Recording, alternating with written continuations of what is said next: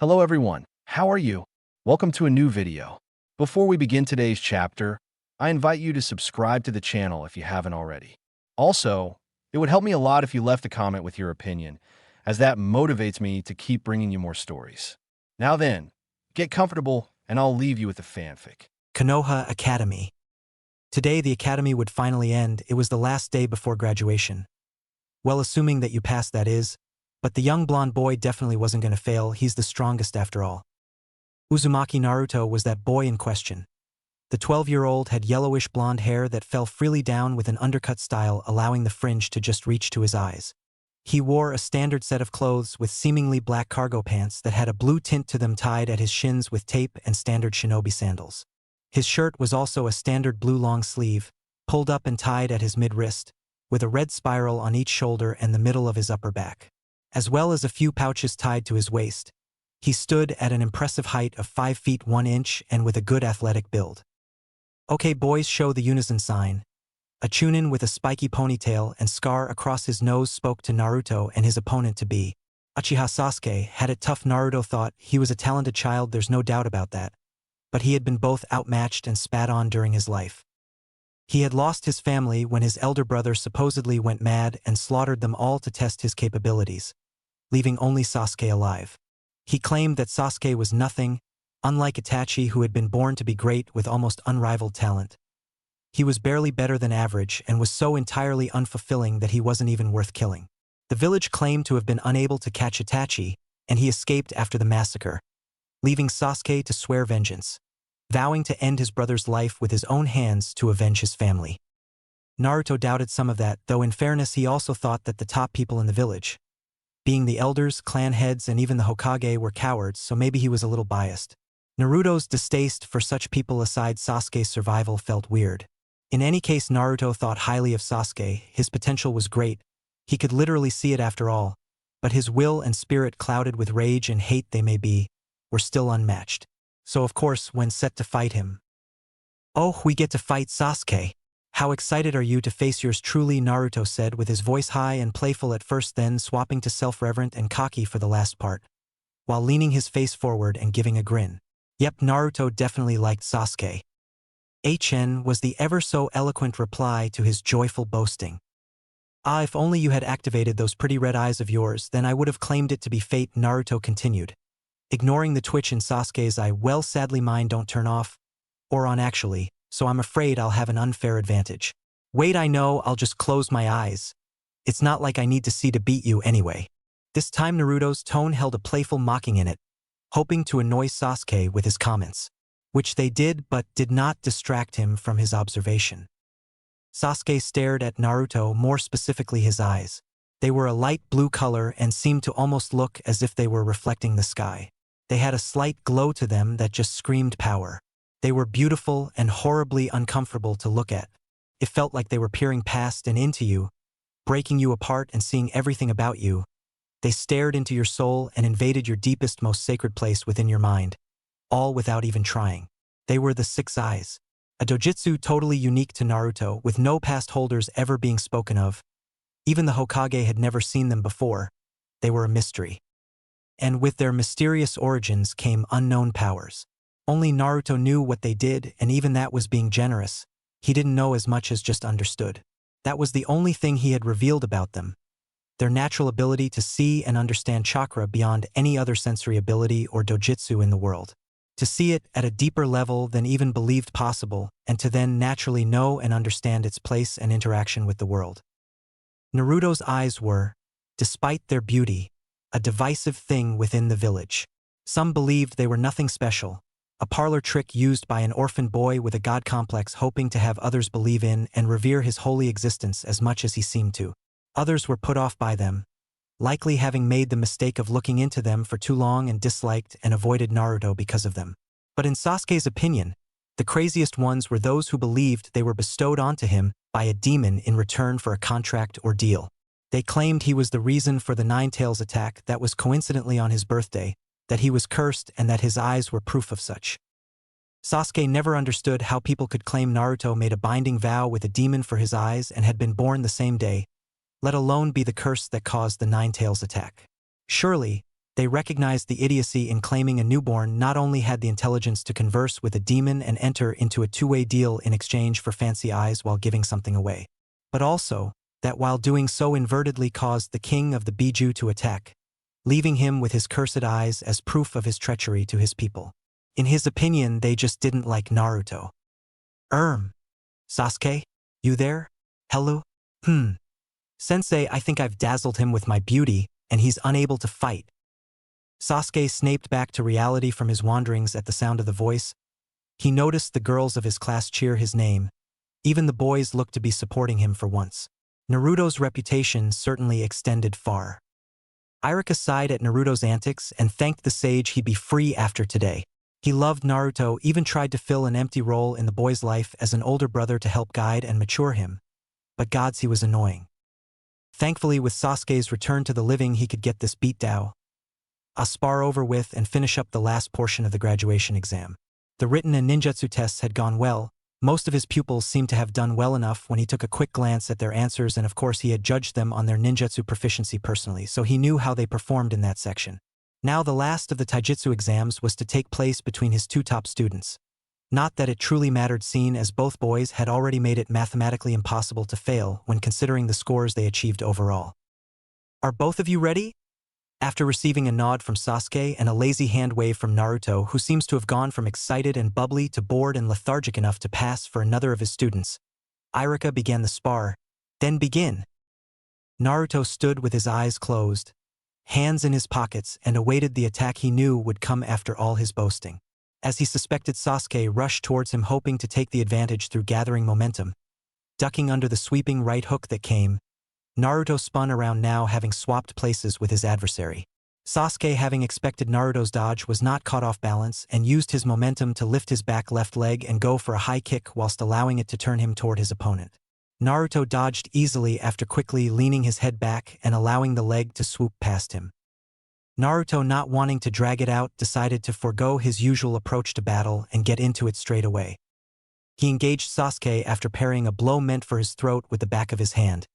He threw his left hand to Sasuke's stomach, which stole the air from his opponent and allowed him to push harder at his defenses. He allowed Sasuke to show off his own skills at the same time, though, not completely overwhelming him, and instead using the spar to try and help where he could in terms of gaining experience and showing any openings or faults within Sasuke's form. The boy, although talented, trained by himself, and so these were always helpful, and each time Sasuke came back having fixed what had been pointed out to him. Naruto loved teaching. Getting tired of the back and forth, which he was on the losing end of, Sasuke made distance and regained his breath. Naruto usually fought quite reservedly, using your own power against you until he got into it and began to show his overwhelming power. Considering his opponent seemed to want to jump right into it, Sasuke thought he better up the ante. He rejoined the fight, moving faster and with more fluidity than before. He brought his leg down in an axe kick, which was blocked with Naruto's forearms. He had his leg pulled trying to escape and had to eat the clothesline to the chest that put him on his back, but he quickly rolled away from the stomp that would have ended the fight. Naruto smiled and beckoned Sasuke closer after he rose from the ground. He caught a left that was aimed for his nose and held the arm, not allowing Sasuke to escape. He used his free hand to pepper his opponent with blows and eventually wound up a kick that landed under the chin, lifting him off the ground. Before Sasuke could recover, his leg was grabbed again and Naruto threw him out of bounds, ending their spar. Though relatively short-lasting, the skill, speed and power on display was leagues ahead of anyone else. Naruto assumed that they had done enough and decided to just end it, despite both boys still being well able to continue. He recognized that this spar shouldn't be one fought to the bitter end. It was purely a demonstration of skill and the teachings you learned, not a genuine spar between shinobi hoping to train and better themselves for true mission combat. With the last spar complete, Naruto and his classmates were allowed to leave after being given instructions to return at the usual time tomorrow for their results and team placement. Making his way off the academy grounds, Naruto ignored his classmates grumbling about his win over Sasuke and made his way home. He actually quite liked some of them, but also recognized that many were simply limiting themselves by solely learning from their clans, but he supposed heirs learning material from outside the clan would cause tension within the hierarchy of cowards who ran this place. They were people who started out normal but became corrupted by power and prestige. They were backstabbers who used the downfall and hardships of their friends to further their own position. Well, that was irrelevant to Naruto. He had known of such things since the discovery of his eyes. He had watched and listened as they debated and discussed what to do with him as if he was their property. Some voting for his death while others wished to take control of him and use him for their gain. But in the end, despite political positions, power dictates everything, and the Hokage had ruled he would be left alone.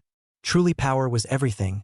If you were strong, the village would have need of you, and well, the name he would eventually create for himself was proof enough of this boy's strength. Naruto of the Six Eyes, the strongest. But for now, he was a boy awaiting his team and Jonin-sensei to be revealed so he could continue his path. Naruto's apartment. Naruto sat alone in his apartment. The room was nice, not overly lavish or extravagant, but still better than what an average orphan would be accustomed to. The apartment consisted of a living space with a couch, coffee table, and TV, along with some space for bookshelves and storage. Next to it was a kitchen separated only by a worktop that jutted out from the wall, with the side on the living room prepped with mats for eating and the kitchen side housing the oven and fridge. Lastly, his bedroom was nice, large enough to hold a double bed with a wardrobe for clothes and even a place for study. Naruto disliked it though. All this apartment did was prove to him that strength was all these villages cared for. He was strong, and so he was treated well. Those other orphans who were weak, well, they certainly weren't enjoying such luxuries. Those in power are always afraid to lose it. To become normal again, they paved the way for those who were strong to trust, respect, and love them by ensuring they were treated to the best the village had to offer, all to allow them to remain in the positions they held, to desperately hold on to their power, but they were always afraid. Have too much power and they would inevitably fear it. But there was nothing he could do. He was supremely talented, likely the most so ever, but he was young. People like the Hokage could best him easily as of now simply by way of pure, overwhelming force. That would change in time. He would likely become the strongest, but there was still much to learn about his power, but more importantly about chakra. Naruto knew that understanding chakra, both his own and the world's at a deeper level, would allow him to use and manipulate his abilities to a degree he couldn't even fathom. And he would learn that from his Jonin-sensei. The Jonin force are the elite of the village, the poster children of Konoha. Very few make it to the Jonin rank when you consider the vast amount of people who become shinobi. To be a Jonin means to have had absolute faith placed in your abilities, the belief that if you are there, whatever task is at hand will be completed with utmost efficiency. Naruto knew that his sensei would likely be of an even higher caliber. He and Sasuke were likely to be considered VIPs within the village, and so would receive a higher tier of instructor to both teach them properly but also ensure their safety. Naruto opened his eyes for the first time since closing them against Sasuke. He almost wanted to flinch as all the excess information he had been blocking was allowed to enter his brain. But he ignored the temptation and focused on the visible chakra flowing around him. He watched as his own flowed like a raging river within his tenketsu, unbelievably powerful and yet flowing along the path he dictated. He looked more intently, almost as if his eyes were zooming in. He peered deeper into his inner power and allowed his eyes to analyze and break it down for him. Yes, he could tell this was the way to better himself and his natural abilities. Understanding of his own chakra, experiencing the core of all his strength firsthand. Konoha Academy. Naruto returned to the academy the next day as had been instructed and sat down. He was just on time and so ignored Irika-sensei's glare and reprimand. Okay, maybe he was a little late, but it's not that bad. Naruto, you're 15 minutes late. Any longer and I'd have released the results and teams before you even arrived. Okay, maybe it was a little bad. Sensei, I promise it's not my fault. The girls just wouldn't leave me alone on my way here. They kept shouting, "Come back, you're so pretty," and "have my babies," so I had to warp here. Naruto spoke with a completely straight face. Irika just looked at him with a dumb expression, really showing how he felt about that obvious lie. Gods, he hoped Naruto was lying. Wait, warp? Anyway, Irika continued, ignoring Naruto's grin and sly wink at Ino, who he had sat next to. First, I want to congratulate all of you on your performances. A majority of you here have achieved a passing grade. Those who have not, don't worry, there are many more opportunities to advance. Whether you continue to study an extra year here or even try your hand at an apprenticeship under a chunin to earn a field promotion doing tasks here within the village. I'll begin handing out your results and allow you a 15-minute break outside while we prepare in here. If you passed, I'd like you to return to the room after that time. If not, you're free to head home and we'll discuss how to move forwards tomorrow. As Naruto was handed his form showing a clear and easy pass, he allowed himself a little fun in celebration. Looking up from his sheet to a corner of the room, he could easily see the chakra that was hovering around. He assumed it to be some kind of spy jutsu based on the chakra and so gave a cheeky smile and waved to it before discreetly hitting it with an unseen repulsive force. Hokage's office. The Hokage, Sarutobi Hiruzen, was sitting behind his desk, which was littered with pictures of students.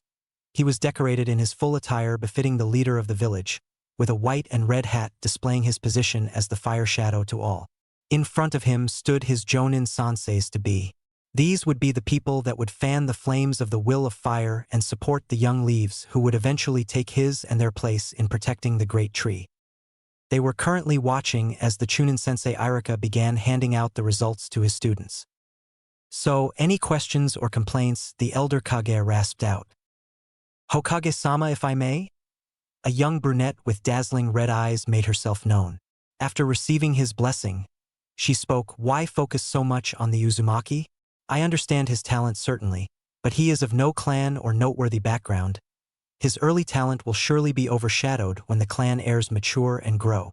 She held nothing against him personally. She was sure it's tough to grow in such an environment and remain okay. It's totally understandable he would delude even himself in his attempt to feel important in such a wide village.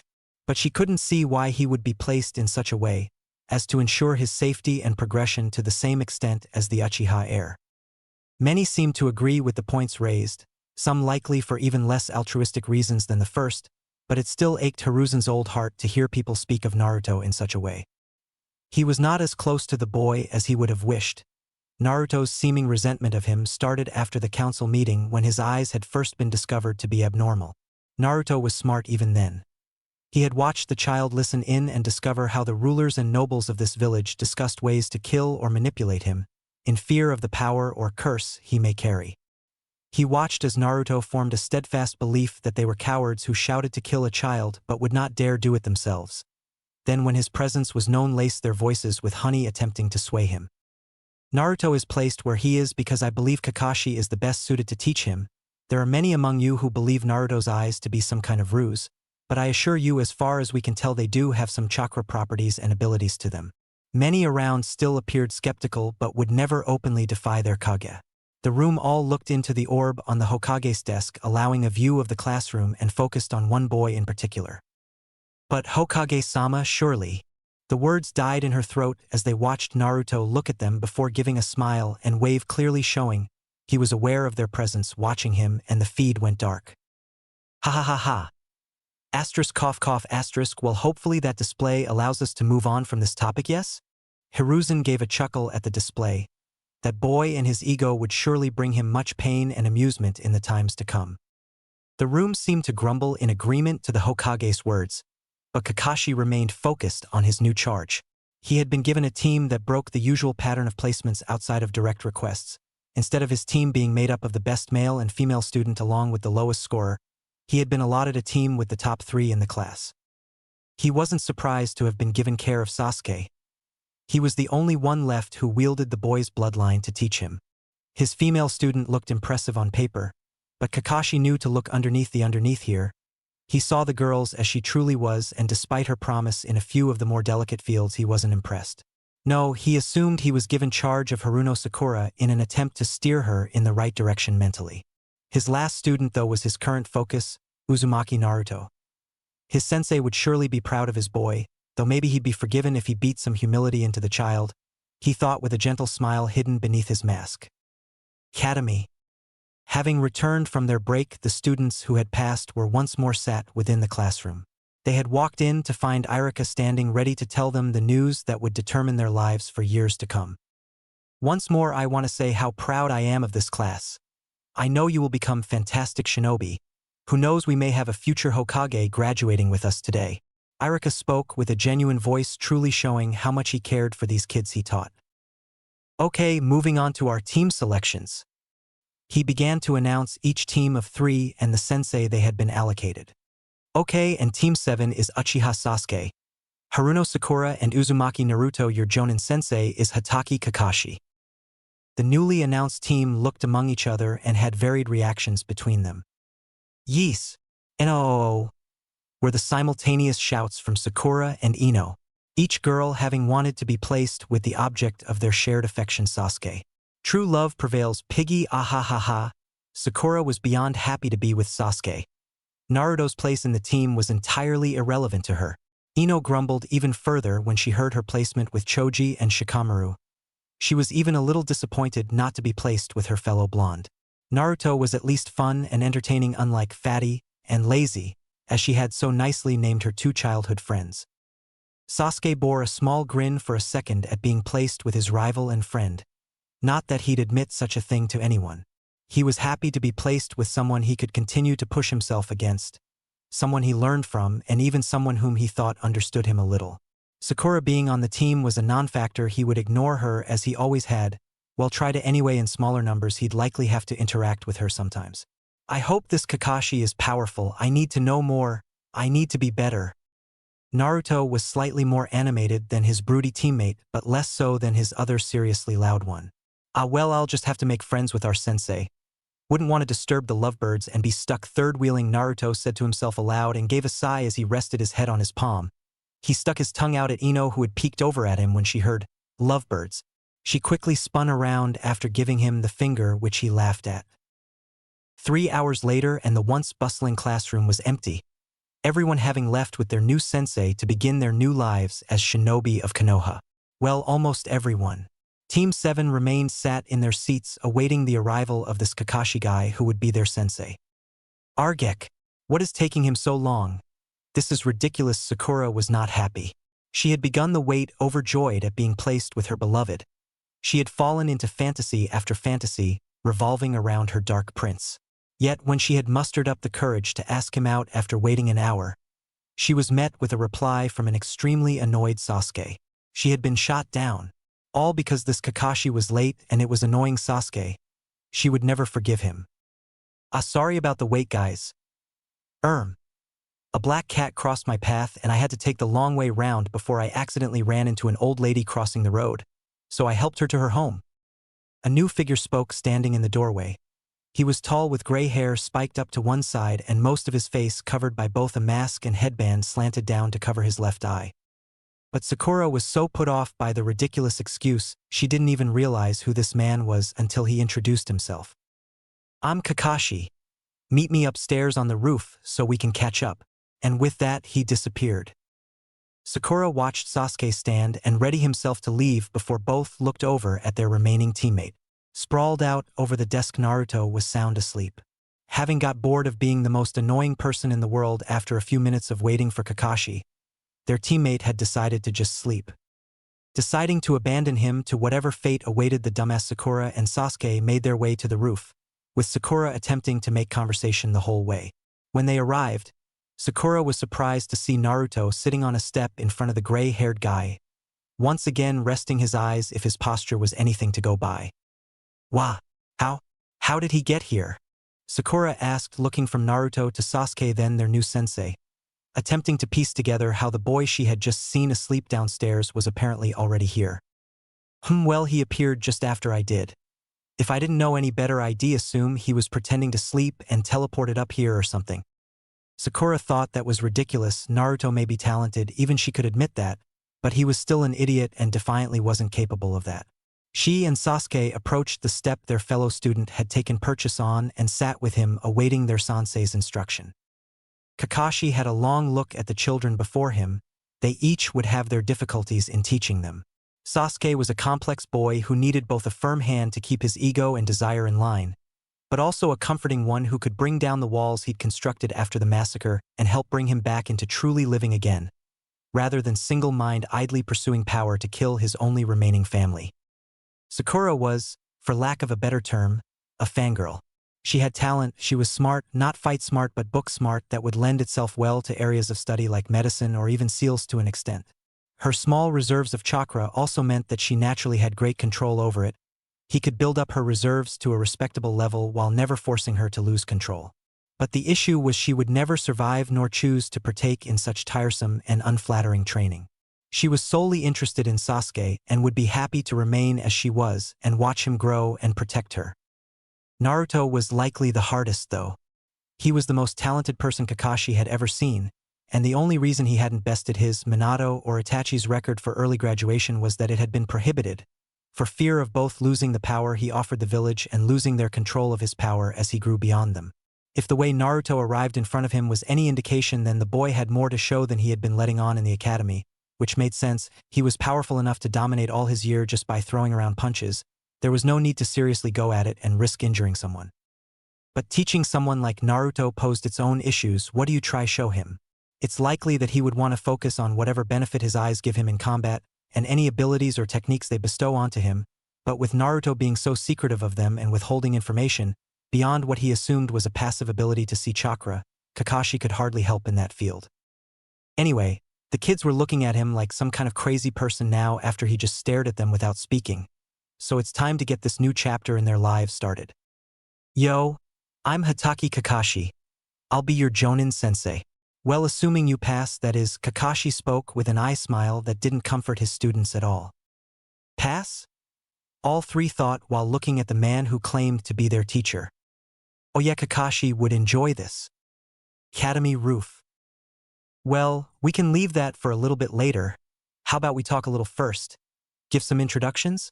I know you all know each other, at least partially, but sharing some more details would help make us a more well-refined team. Kakashi spoke up, diverting the conversation the way he wanted it to go before he dropped the bomb. He looked over his three new students, well, possible students at least. He didn't have much hope for them, not due to their skills or prowess in the shinobi arts, but from their personalities. He watched how they moved around one another, how they looked at the others, and decidedly did not like it. There was nothing too major, no active disdain that could have been present considering children and their tendencies to be jealous and cruel. Sasuke appeared annoyed with Sakura's presence. No, that's not quite right. He was annoyed by her closeness to him and constantly open-mouthed, it seemed. From the eye rolls and general closed-off posture, he wasn't interested in conversing with his chattier teammate. Though from the few looks he cast over at Naruto, Kakashi was a little surprised but happy to see some admiration but rivalry burning in them. A good rival always pushed you to be better, but it should never develop as much as to sour your actual relationship with them. He concluded Sasuke was not as lost a cause as he had presumed he might be when it came to possible teamwork and fluidity in this group. Sakura was, as he had previously observed, talking Sasuke's ear off.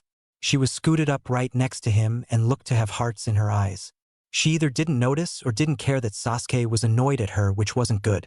If she didn't care about his thoughts but continued to bother him, it didn't bode well for their future teamwork. The same being applied if she was too wound up in her talking to notice the person she was talking to was visibly frustrated by it. She had not once looked over to Naruto since sitting down and was a fair distance from him as well. She couldn't continue to ignore the presence of one of her teammates if this team were to pass his test. Though she didn't seem to hold any ill will to Naruto, perhaps other than his continual victories over Sasuke, but that was just petty and something she could easily get over. Kakashi hoped she could turn on her teamwork when in the field. She had some potential for a medic, and he would love to have a skilled one alongside him and his team. Lastly, he peeked over at Naruto. He wanted to sweat drop at the boy before him. He was lounged back, leaning on his elbows with his legs extended in front of him. He had his eyes closed again. Perhaps they are sensitive, Kakashi mused. Sakura seemed to believe he was asleep, but he defiantly was not. He didn't even seem to be trying to act asleep as he kept sighing and looking over at his teammates as if to suggest he was annoyed at something. Perhaps at Kakashi for stalling to build up tension and analyze them. Kakashi couldn't gauge much of value from his posture other than he was totally relaxed and confident. He appeared to dislike wasting time and waiting for others, which wasn't necessarily a terrible trait, as long as it didn't translate to his patience in dealing with shinobi activities like watching a target or dealing with clients, but it certainly wouldn't bode well for the boy if he passes with Kakashi as his sensei. He figured he'd need to observe Naruto in a different setting to get a better idea of him. So, we'll just start with basic introductions, your name, a bit about you, a dream or goal, anything like that. He first pointed at Sasuke to get them started. My name is Uchiha Sasuke. I train to ensure I'm strong enough, stronger than anyone else, so that I can achieve my dream. No, it's not a dream but a promise I made. I will kill someone and avenge my clan. I will ensure my clan rises to prosperity again after I've reclaimed its honor. Sasuke spoke darkly, his hands clasped, and face partially hidden behind them.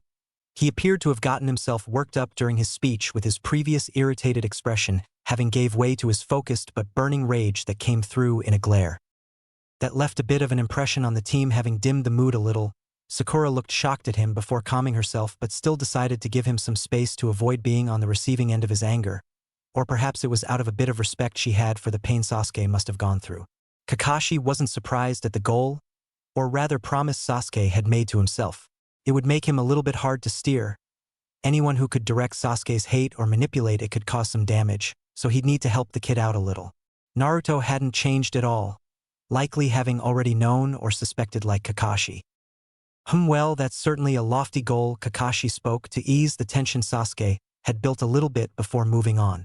Right, what about you then? Pink one. Pink one. Cha. Anyway, my name is Haruno Sakura. She peeked over to Sasuke and blushed at him before continuing. I enjoy looking after my hair and reading. My dream is to... She once again trailed off this time, not even finishing the thought or attempting to hide her squeal as she seen Sasuke. Kakashi had already understood Sakura, so nothing was really gained from her introduction. He only reconfirmed he would need to work hard with her. Aha, how interesting. Anyway, now you blondie. Kakashi sounded so utterly unenthusiastic at Sakura's introduction, she actually felt a little embarrassed. This is seriously boring. I already knew Sasuke had anger issues and Sakura was a creepy stalker. And they already know that I'm incredible. Naruto spoke still without even looking up from his relaxed position. He earned a shout and annoyed grunt in response of his characterizations of his teammates and himself. So what's the actual point of this eye patch? My, quite the detective. Kakashi decided to get to it. Well, I'm Hitaki Kakashi, I don't do much, at least not something I'd be allowed to talk to you about, and I suppose I have some goals. But Naruto's right, the point of this was to warm you up for the shock to come. You aren't technically shinobi yet. Kakashi revealed after a little wait to build suspense. He enjoyed the shock and surprise from his charges. Even Naruto peeked one of his eyes open to pay closer attention at the announcement. What do you mean? We passed the tests, right? Sakura was clearly feeling the pressure mounting up again. The possibility she would need more than just her knowledge she could rely on for the academy tests surely worried her. Yes, you did pass the academy tests, but they are not the only ones needed to truly become genin. Your chosen jonin instructor also gives his potential students a test to ensure they are people they want to train or that the kids are truly ready. You can either be failed outright and all return to the academy if the jonin deems it necessary, or maybe only one does. Kakashi looked over his genin for once appearing to them as a serious figure. He was slowly mounting pressure. Kakashi's test would revolve around teamwork. He would never train people who would abandon a comrade. If his teachings lead to such, he would have disgraced himself and everyone he had cared for and lost. So, he was trying to create tension within the group, while also dropping a few hints at his criteria, namely the introductions Naruto had so brazenly disregarded, instead looking for something deeper with Kakashi. They were designed to breed a feeling of camaraderie and set them up to ignore his orders to abandon someone when the test would begin. But without that feeling amongst them, the pressure would build and build, and they would lose their ability to analyze the scenario effectively. Even the most obvious lie or bluff could fool someone who's panicked and stressed. So, with all that said, join me at Training Ground 7 tomorrow at 9 a.m. And a word of advice, don't eat breakfast tomorrow, you'll only throw it up after what I put you through. With his last piece of misdirection laid out, Kakashi vanished in a poof of smoke. Silence reigned over the rooftop as the three remaining mulled over their potential sensei's words. This might actually be quite interesting. I wonder what he'll have us do to prove ourselves worthy of his time. Ahahaha, how frustrating. I was hoping we could jump right into the exciting things. Naruto spoke up, breaking the silence. He's quite the manipulator, but to what end? What does he want us to do? He muttered so only he could hear his words, truly questioning what his sensei hoped for him to achieve with the maze of suggestions and traps he had laid out. I'll see you guys tomorrow, I want to take a nap. Today's been boring. With that, Uzumaki Naruto also made his exit, leaving only a sharp gust of wind behind as if he was pulled away by some invisible force. Training Ground 7/12 p.m. the next day. Naruto watched as his potential sensei showed up 3 hours late and only offered an even worse excuse than last time to justify himself. The man was surely lazy and unpunctual, but Naruto didn't think that was all there was to it. More of these mind games, it's clear now he's trying to throw us off our game, to make sure we can't operate at full capacity both physically and mentally. So, What test have you conjured up for us, Mr. Eyepatch? Well, you're all here bright and early just as I instructed, but enough with that, let us move on to your test, Kakashi spoke to the team. Naruto watched closely, observing both his teammates and the man who would be testing them. He noticed they appeared ragged and sluggish already, but they had done nothing but sit and complain while waiting around. I see, so they followed his instructions not to eat as well. Naruto had ignored that particular instruction, believing it irrelevant but also assuming it was a trap laid out, even if at the time he didn't know for what purpose. Now it seemed clear Kakashi was trying to wear them down.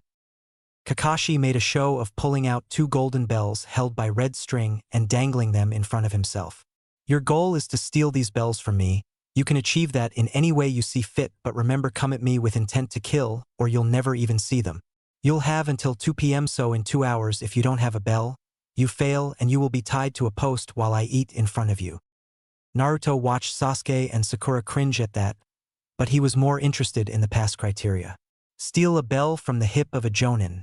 That's rough. I'm sure this man is someone quite special. His eye doesn't match the rest of his chakra and feels extremely powerful and potent. Well, it's likely a Sharingan if his alias as the copy ninja is anything to go by. Plus it looks red.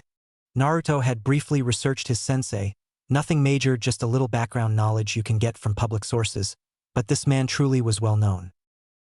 Sensei? You only have 2 bells? Shouldn't there be 3? Sakura seemed to have gotten over herself and noticed Kakashi's ace in the hole. Well, as I mentioned yesterday, it's entirely up to the sensei's discretion who is passed and how many out of a possible graduate team. Personally, I only want 2 genin, so my test reflects that only 2 people can pass this test. One of you is guaranteed to fail. Sasuke and Sakura looked wholly taken aback before proclaiming the unfairness of this. Just because they had been given Kakashi one would fail. But Kakashi only said that the world was unfair.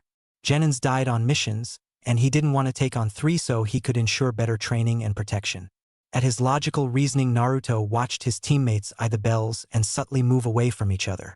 Each wanted their own formation. Sakura would want Naruto to fail so she could be with Sasuke, while Sasuke likely wouldn't care who he was with as long as he got a bell. He'd maybe even steal one if he didn't get it off Kakashi. Naruto had just decided he liked his new sensei. What a test to put newly graduated students through after mounting heaps of pressure. This would surely crack everyone's composure and test if they were worthy or not.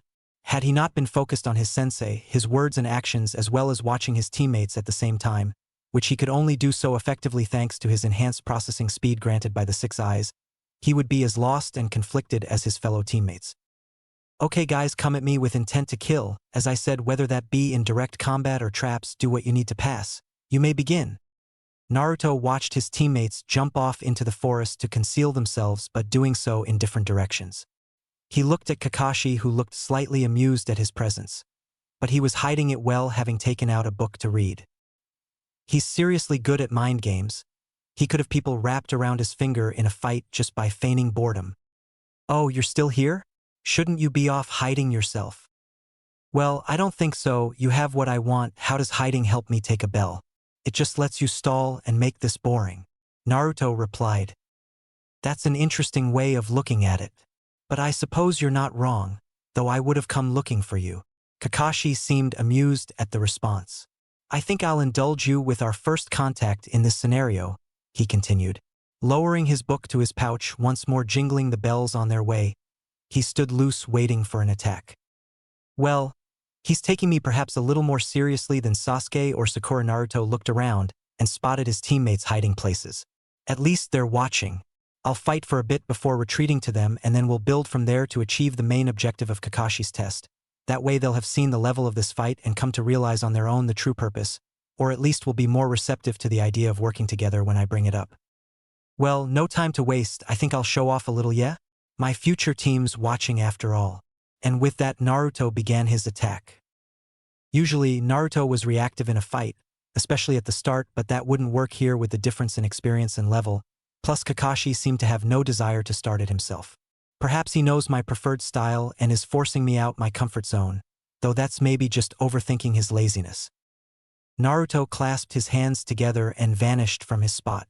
Reappearing behind his target, he let loose a powerful kick aimed to Kakashi's right temple. But before it could connect, the elder ninja lowered his head to avoid the kick and spun around, aiming a punch to Naruto's midsection with no hesitation. Launching off his standing foot, Naruto avoided any contact easily and made a little distance again. Kakashi seemed a little put off by the speed he had shown off there. It was faster than usual thanks to the hand sign, but still it seemed the Jonin had followed him and reacted quickly enough. That was a little dangerous. If I had my book out, that might have actually caught me off guard. Kakashi seemed to stand taller, his easygoing persona shattering as he allowed himself to truly show of his physical stature. You're a dangerous kid, Uzumaki Naruto. Well, I do try my best. Shall we continue? Training Ground 7. Well, I do try my best. Shall we continue? Naruto noticed the change in Kakashi's posture. This fight was about to change gear. These people are going to be my team, and Kakashi will be my sensei. It's important he has an understanding of some of my abilities. I suppose I'll show some moves off here then. Even if he can't help directly, surely his knowledge will help me apply and utilize them better. Having made up his mind to show his hand to this team, Naruto this time adopted his usual battle strategy. He waited for Kakashi to engage him. Having gained the attention of the Jonin, Naruto assumed the man would indulge him a little more than he would have at the beginning of their fight and would attack to see what Naruto was trying to show him. As he hoped, Kakashi did indeed instigate the next attack. Jumping in towards him, Kakashi appeared behind him and attempted to trip him with a quick leg sweep. Once again, Naruto clasped his hands and vanished. Appearing behind Kakashi himself, he raised his right leg for a kick at his opponent's face as he turned to face him. Kakashi leaned his head to the side and allowed the kick to sail past him, then attempted to take advantage of the missed attack and went to grab the leg, only for it along with Naruto to vanish again. This time, however, Naruto didn't appear behind Kakashi but directly in front of him, ducking under the arm Kakashi raised to catch the kick. Naruto took a swipe for the unprotected bells at his waist. Kakashi only had just enough time to jump back and make distance, though not before Naruto managed a touch at one of the bells.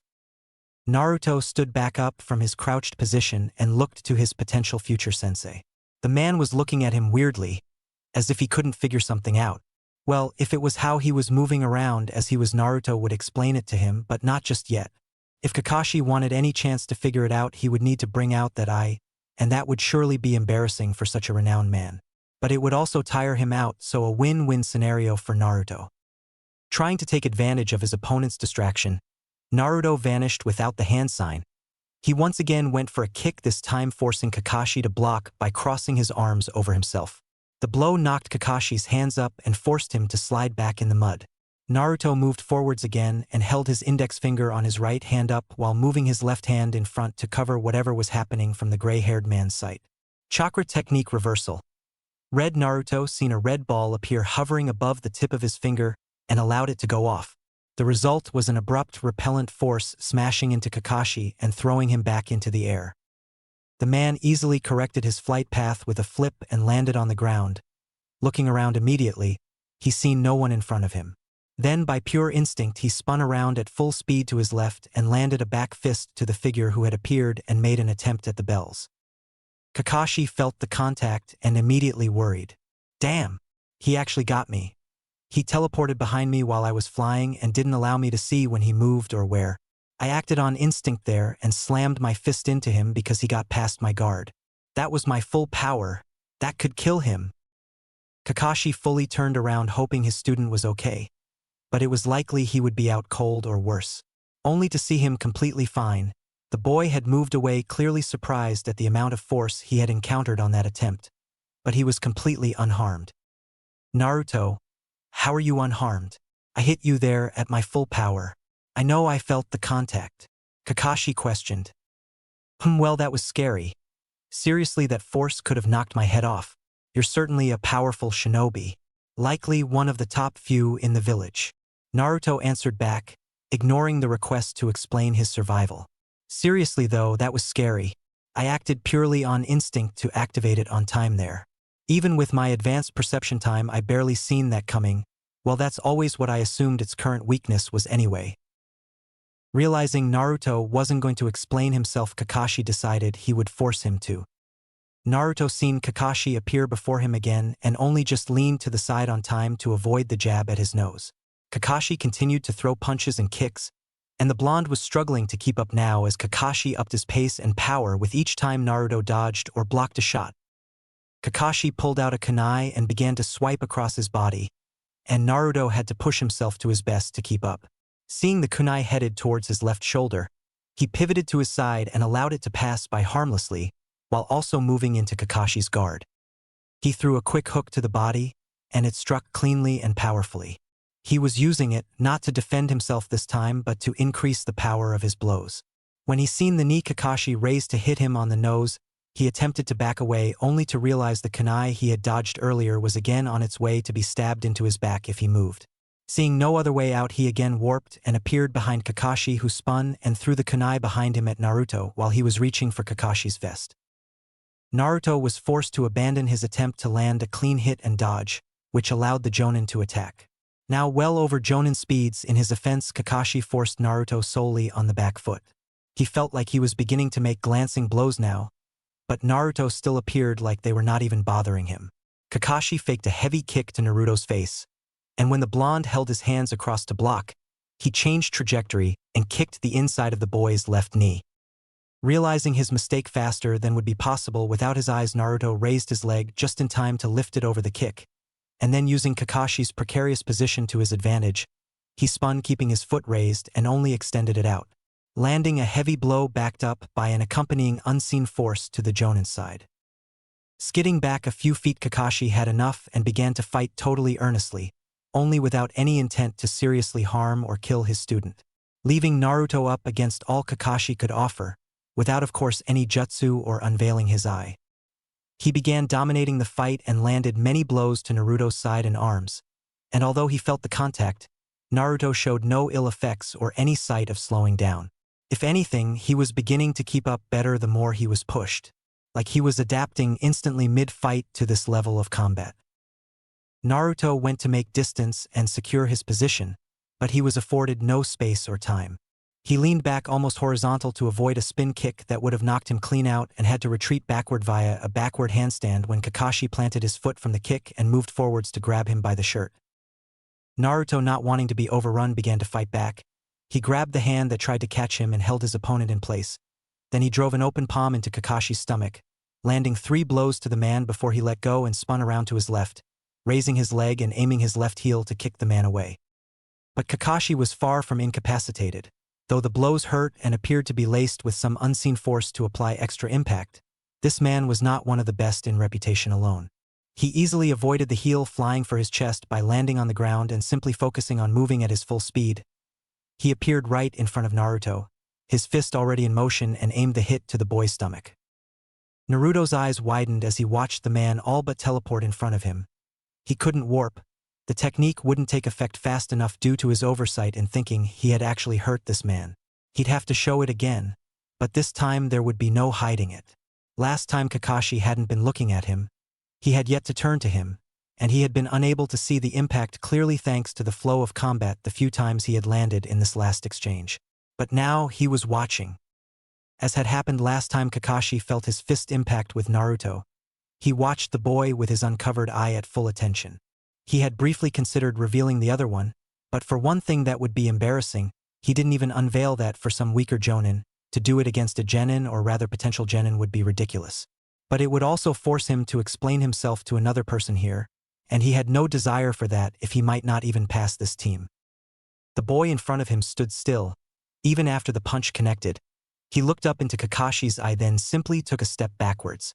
He was fine, he showed no pain, no injury, absolutely nothing. What the hell are you made of?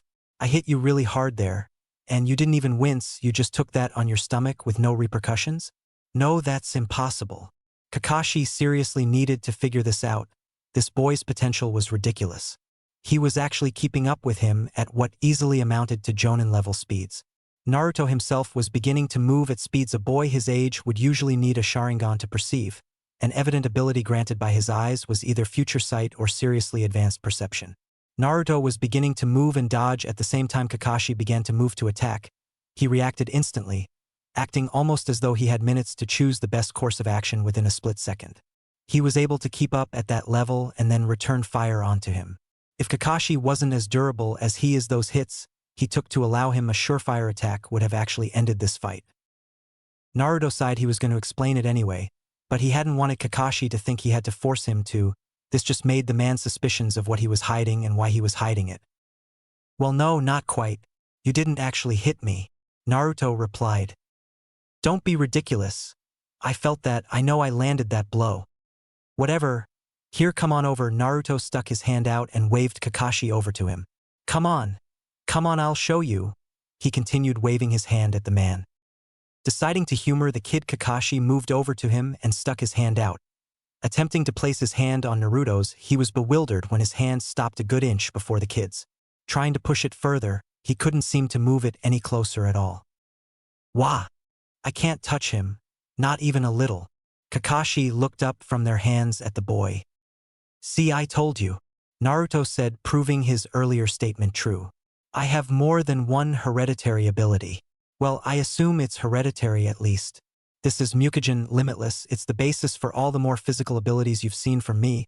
The 6 eyes, as far as I can tell, are what's needed to truly utilize it though. None of what I've done could be used without them, at least not how I do. The concentration and ability needed to use these is so great that without the eyes to match, it's likely none could be realistically used in combat. The enemy won't just stop and let you focus for a few seconds, will they? Okay, but how were you doing that? You said the ability was called Mukujin, and that it encompasses all your attacks, so how did you stop me? Or teleport? Was that how you pushed me away when you covered your hand from me? Kakashi seriously needed to hear this. He was so caught up he forgot he gave Naruto his hand, or rather wasn't expecting it to be used against him. I will tell you, but not just now, yeah. After all, you might not even be my sensei if we can't pass here. With that, he locked his hand with Kakashi's and made a move for the bells. Unfortunately, he wasn't able to get more than a touch at them once again. Kakashi threw him away with enough force to tear apart the hold Naruto had. But before the fight could continue, Naruto warped away from the field and into the trees, hoping that the fight was enough to have achieved his goal. To force his team together, having realized the impossibility of victory alone. Kakashi stood now alone in the field, contemplating the newly discovered factors surrounding Uzumaki Naruto. Wee. Seems like the kid may have already sussed me out. I did lay it a little heavy on them with pushing them together. But I assumed the tension would have still been effective at disrupting logical thinking and evaluation, enough to make it difficult at least. Kakashi wasn't so surprised actually. He already knew Naruto hadn't ever really shown off. Everyone who could think logically and disregard any bias they held against him could. But the extent of the abilities shown, and Naruto even claiming that they were the result of an inherent ability completely separate from the 6 eyes, was a shocker. Perhaps he set me up here, led me around by the nose. Not in a way to win the fight, but to ensure he could get his teammates to comply with his theory about the pass criteria for my bell test. Ha ha ha. What a kid. Within the forest. Sasuke stood where he had set up camp at the start of the test. He had been setting up his traps when he heard some type of explosion and rushed over to watch the fight. He arrived back just in time to see Naruto appear behind their distracted instructor, having apparently sent him flying. He watched as the fight escalated after Kakashi appeared frustrated from the attempt. From his distance and angle he couldn't hear them or see in great detail, but he watched Kakashi approach Naruto and appear shocked by something after appearing to land a solid clean blow on the boy, moving at speeds that had Sasuke's jaw drop. After Naruto left, he watched Kakashi contemplate something before laughing to himself and then vanishing. Assuming the man was moving on to him and Sakura, Sasuke began to prepare himself. He checked up on his traps and supplies before lying in wait. After a minute or two, he heard Sakura scream and assumed she had been taken out. Despite her annoyance, he wanted to go see if she was okay, but left it to Naruto, who was likely to have some free time from the silver-haired Jonin after their fight. After waiting a few minutes, he finally spotted Kakashi. The man was crouched on a tree branch, seemingly inspecting one of his traps. Though he wasn't worried, he had laid out a few that were like red herrings. They were easy to spot and maneuver around, but doing so would lead you into the path of another far superior trap. The idea was to allow the man to believe himself to be safe, them spring on him and overwhelm him alongside a constant barrage of traps. Well, it's well made, that I can attest to. However, when your opponent is of a higher level and age than you, it's best to assume that their experience outmatches even well-made traps. It was a good idea, and it shows good behavior and understanding that you were busy during the time I gave you while fighting Naruto, but you'll need more than this to get a bell." With that said, Kakashi purposefully set off the trap, causing a chain reaction that led off the hidden one Sasuke hoped would catch him off guard. Not all was lost. He had seen this one, but others were scattered about, and this time Kakashi would be engaged in active combat rather than having time to look it over. "Don't be so cocky," he yelled as he jumped in to fight the man. Kakashi was impressed with the boy. He was fluid and his moves clearly refined over years of practice. He deflected a punch aimed to his stomach and off to the side and marveled at how comfortably and quickly Sasuke adjusted his body to not only keep his momentum but cover the opening Kakashi made in his form. Had he wanted to, Kakashi could have hit him there, but against maybe even a lower-level Chunin, that opening would be impossible to exploit. Sasuke continued his barrage. He jumped up and pushed off a branch above him to gain power as he flipped and landed an axe kick which Kakashi blocked above his head with a forearm. Still, the blow almost buckled the arm. Sasuke then pushed off the arm and spun around again, aiming a kick to the man's neck with his right leg. The Jonin caught it with his left hand and held Sasuke's ankle. But not deterred, Sasuke merely raised himself up using the leverage and tried to stomp the man's face with his left foot. Once again, Kakashi caught the attack, only for Sasuke to again make another attempt. The boy brought his elbows down in a slam to the top of the Jonin's head and forced the man to flip him backwards, using his hold on both legs to do so, to throw the blow off course. Kakashi once again couldn't help but praise the ingenuity of those attacks. To maneuver himself 3 separate times to better positions while I was holding him and restricting movement is incredible. He continued to look for openings I made when blocking him and take advantage of them. Great thinking and battle sense. Unfortunately though, he's still quick to anger. He's competitive and gets frustrated when a fight's not going his way despite all the effort. As he had observed, Sasuke was getting angry, his punches and kicks losing some accuracy and finesse in exchange for wild power drawn from his frustration. Realizing he had already seen the best of Sasuke, he purposely set off a trap he had been avoiding, likely one of the reasons the child was so angry, and allowed the wires to wrap him up. Jumping at the opportunity, Sasuke changed his plans and upped the ante. "Finally, take this. Fire style. Grand Fireball Jutsu." Sasuke launched his power move, the signature jutsu of his clan, in an attempt to burn the man who had so easily dealt with him and avoided all the traps he laid out. In doing so, he blocked his view of his opponent. After a few seconds, the fireball hit its target and erupted into flames.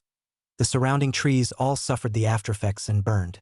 When Sasuke moved over to the branch, he found nothing there, and was taken off guard when he was pushed off the tree.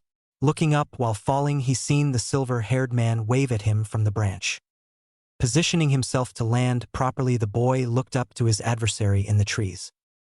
"Your grasp of taijutsu is fantastic for someone of your age and position.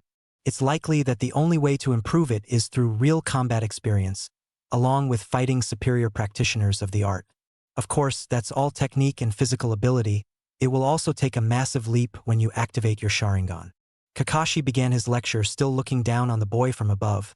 He could see the more he said, the more annoyed Sasuke got, even if the boy recognized what he was saying was true. "But you have a major weakness that is easy to exploit." What? What weakness?" Sasuke forced himself to reply through ground teeth. He felt like this man was looking down on him, not in the physical sense but mentally. "Your anger blinds you, Sasuke. You got annoyed, and so when shown an inch of success you threw everything at it, oblivious to the fact it could be a trap. I used your anger against you and lured you into using such a ninjutsu, and although an impressive feat, your application of it was wrong. You blinded yourself to my movements and tired yourself out, letting go of your chakra control to make it bigger.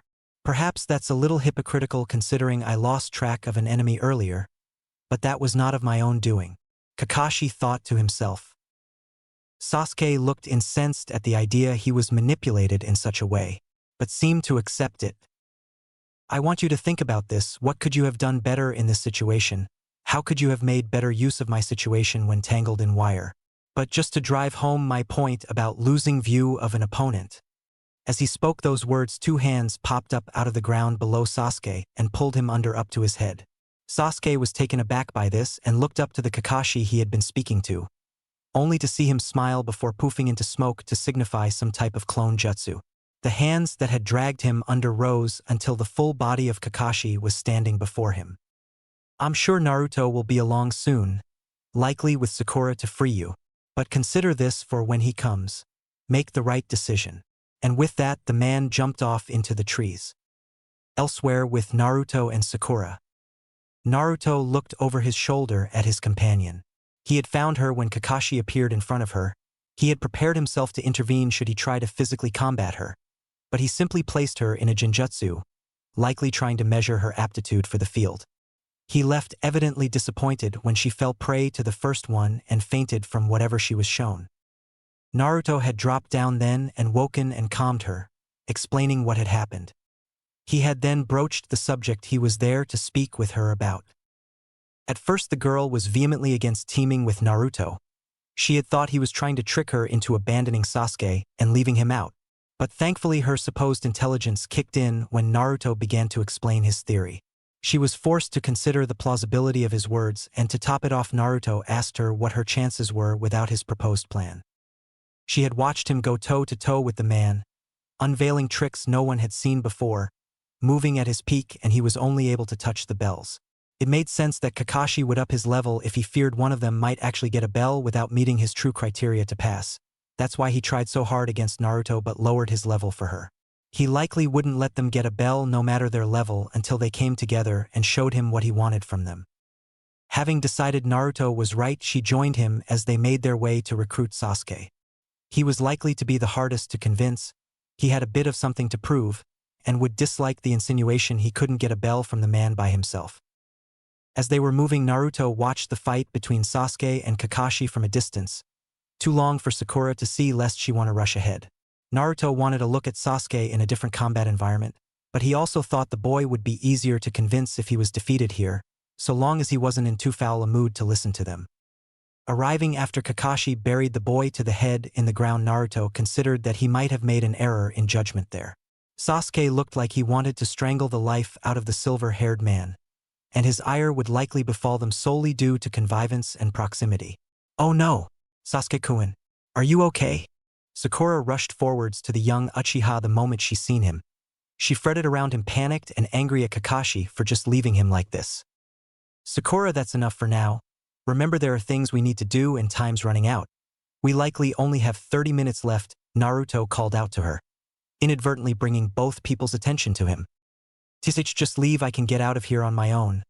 "I don't need you," Sasuke spoke and tried to struggle his way out, but it appeared he was well and truly stuck. "I'm afraid you do need us, and not just for this situation." Sasuke looked confused at the blonde, but still Naruto could hardly take him seriously, just being ahead and all. "I'm going to leave you in there." He received a shout and a glare at that proclamation. "Until after I've finished explaining." "I don't care what you're explaining, let me out." Sasuke didn't seem receptive to his idea, and he would lose Sakura as well if he continued to treat him like this. So Naruto thought to make it quick. "You will care when you don't pass." Now with some quiet, Naruto began to put it simply, this test isn't about the bells. They're a distraction meant to divert our attention away from the true purpose, and the reason there are only two is to incite conflict within this team. Naruto briefly explained. He received a blank stare in return. "What? That's ridiculous. What would Kakashi have to gain from doing something like that?" Sasuke reasoned. "A fair point if you believe that Kakashi is trying to pass us. I don't think he wants us to pass, especially if we don't have the qualities he wants from us. Kakashi has set this test up to separate us. He wants us to disregard his orders and mission parameters, and instead come at him as a team." Naruto reasoned. "It's impossible for us to beat him. Hatake Kakashi is legendary. He fought in the Third Great War as a jonin when he was our age. He's known around the world, and within the village is considered at the top of the shinobi elite, only behind the Hokage and Sannin. That's the person we're supposed to take a bell from? I don't think so. It's a trick. The real test here is on us as a team. We're gonna have to come together, all three of us, and show him we won't abandon a teammate for a short-sighted goal. That we are trustworthy." Sasuke listened to the speech and considered the idea. "It's not unreasonable. We know he's tricky. He made me and Sakura come here without having breakfast, then made us wait hours before arriving. Plus, he wasn't trying as hard against me as he did Naruto, surely. He would have let Naruto get a bell had he been solely measuring our power and skill. It's as if he's waiting for something more. Make the right decision, is this what he meant? Did he know Naruto had figured it out and would bring this idea to me? Then the right decision is... Center of Training Ground 7. Kakashi stood waiting for something to happen. He had known Naruto was around when he incapacitated Sakura. While a little cold, he understood the boy's logic in waiting for him. He had just fought Kakashi and knew there was nothing to gain from it. He wouldn't pass by fighting even if he managed to get a bell. Plus, he assumed that had he tried to actually hurt her, Naruto would have intervened. Well, they're running out of time. Perhaps Naruto really couldn't convince Sasuke. Even after the tip I gave him, Kakashi sighed at the thought, poor boy, so wound up in himself and his past he's actively holding himself back. Though after my report it's likely Naruto will be passed anyway. Hokage-sama isn't foolish enough to disregard such potential and power, plus he has actually figured it out. Kakashi was amused to see Naruto land in front of him. He sensed the other two lying in wait and couldn't help the genuine smile that bloomed because of it. Well, never mind. They've done it, though let's see what will be working with synergy-wise as a team. Naruto watched the man in front of him. He knew already that they had come together, but wanted to see it in action. Naruto understood that and so signaled the first phase. It likely didn't matter the level of this attack, only that they had understood the test and come together. At least he hoped so. A second later and a hail of kunai came flying from the tree line. Sakura was within. They were all targeted at the Jonin and forced him to jump up into the air. As he did so, Sasuke appeared from his own spot. Having just finished weaving hand signs, he blew another fireball at the man, this time controlling the chakra and range better. Kakashi, though, substituted and allowed the summon log to take the hit.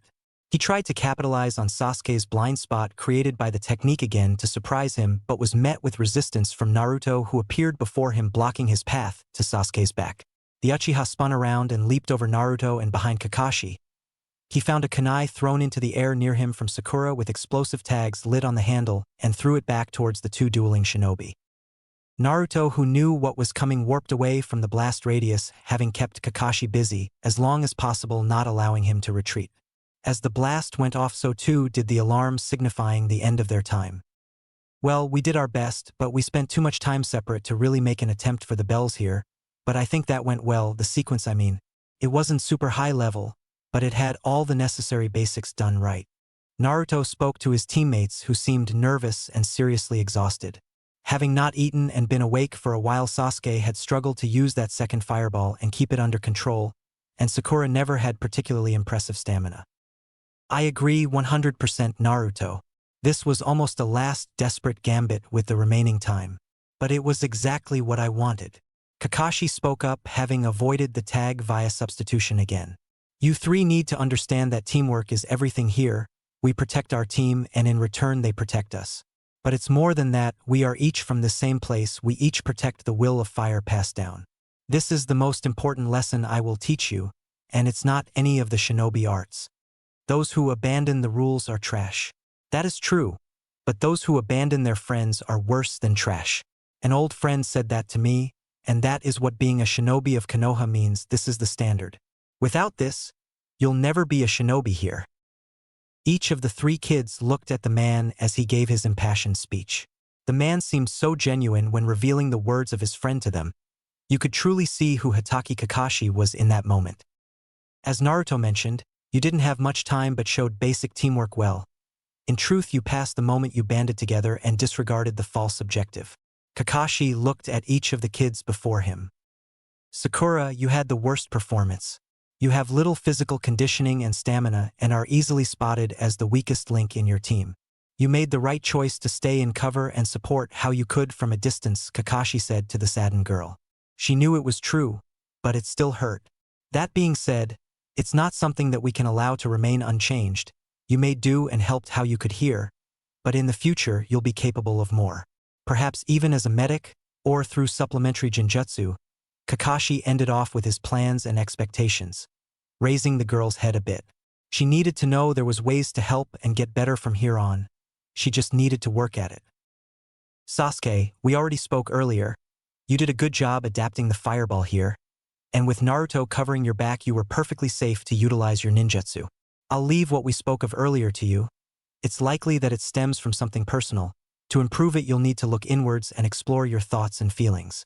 Kakashi knew why he was angry, he understood it perfectly.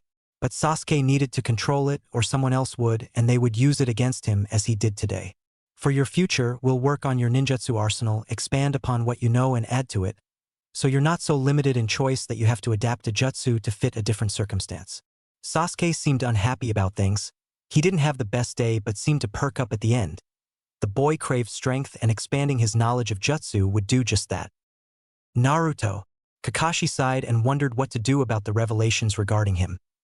Actually, follow me and we can report together. Kakashi thought that was the best choice. It would spare him having to explain to the Hokage secondhand, though Naruto looked entirely none too pleased about it. Perhaps the boy only showed off what he did to Kakashi himself and had no desire to tell the Hokage. It wasn't strictly necessary to tell the Hokage your moves, the clans would surely riot, but if he asked you something, you normally did it. Well guys, that's all. You are now officially Genin of Konoha. Congratulations, Team 7. This is our training ground. Meet me here tomorrow at 9 a.m. and we'll discuss our schedule then. With that said, Kakashi placed a hand on Naruto's shoulder and then moved them to the Hokage's office. The front door was beautifully carved wood, and you certainly felt like you were walking into somewhere almost sacred. After knocking, Kakashi received a come-in from beyond the door. The voice was aged and he knew exactly who it belonged to. The most powerful man in Konoha, the Hokage. He looked to Naruto and noticed the straight face. The boy was usually so carefree and apathetic. He hoped this was the right call. Opening the door, he guided Naruto into the room where they seen it filled to the brim with jonin, all reporting their team's success or failure.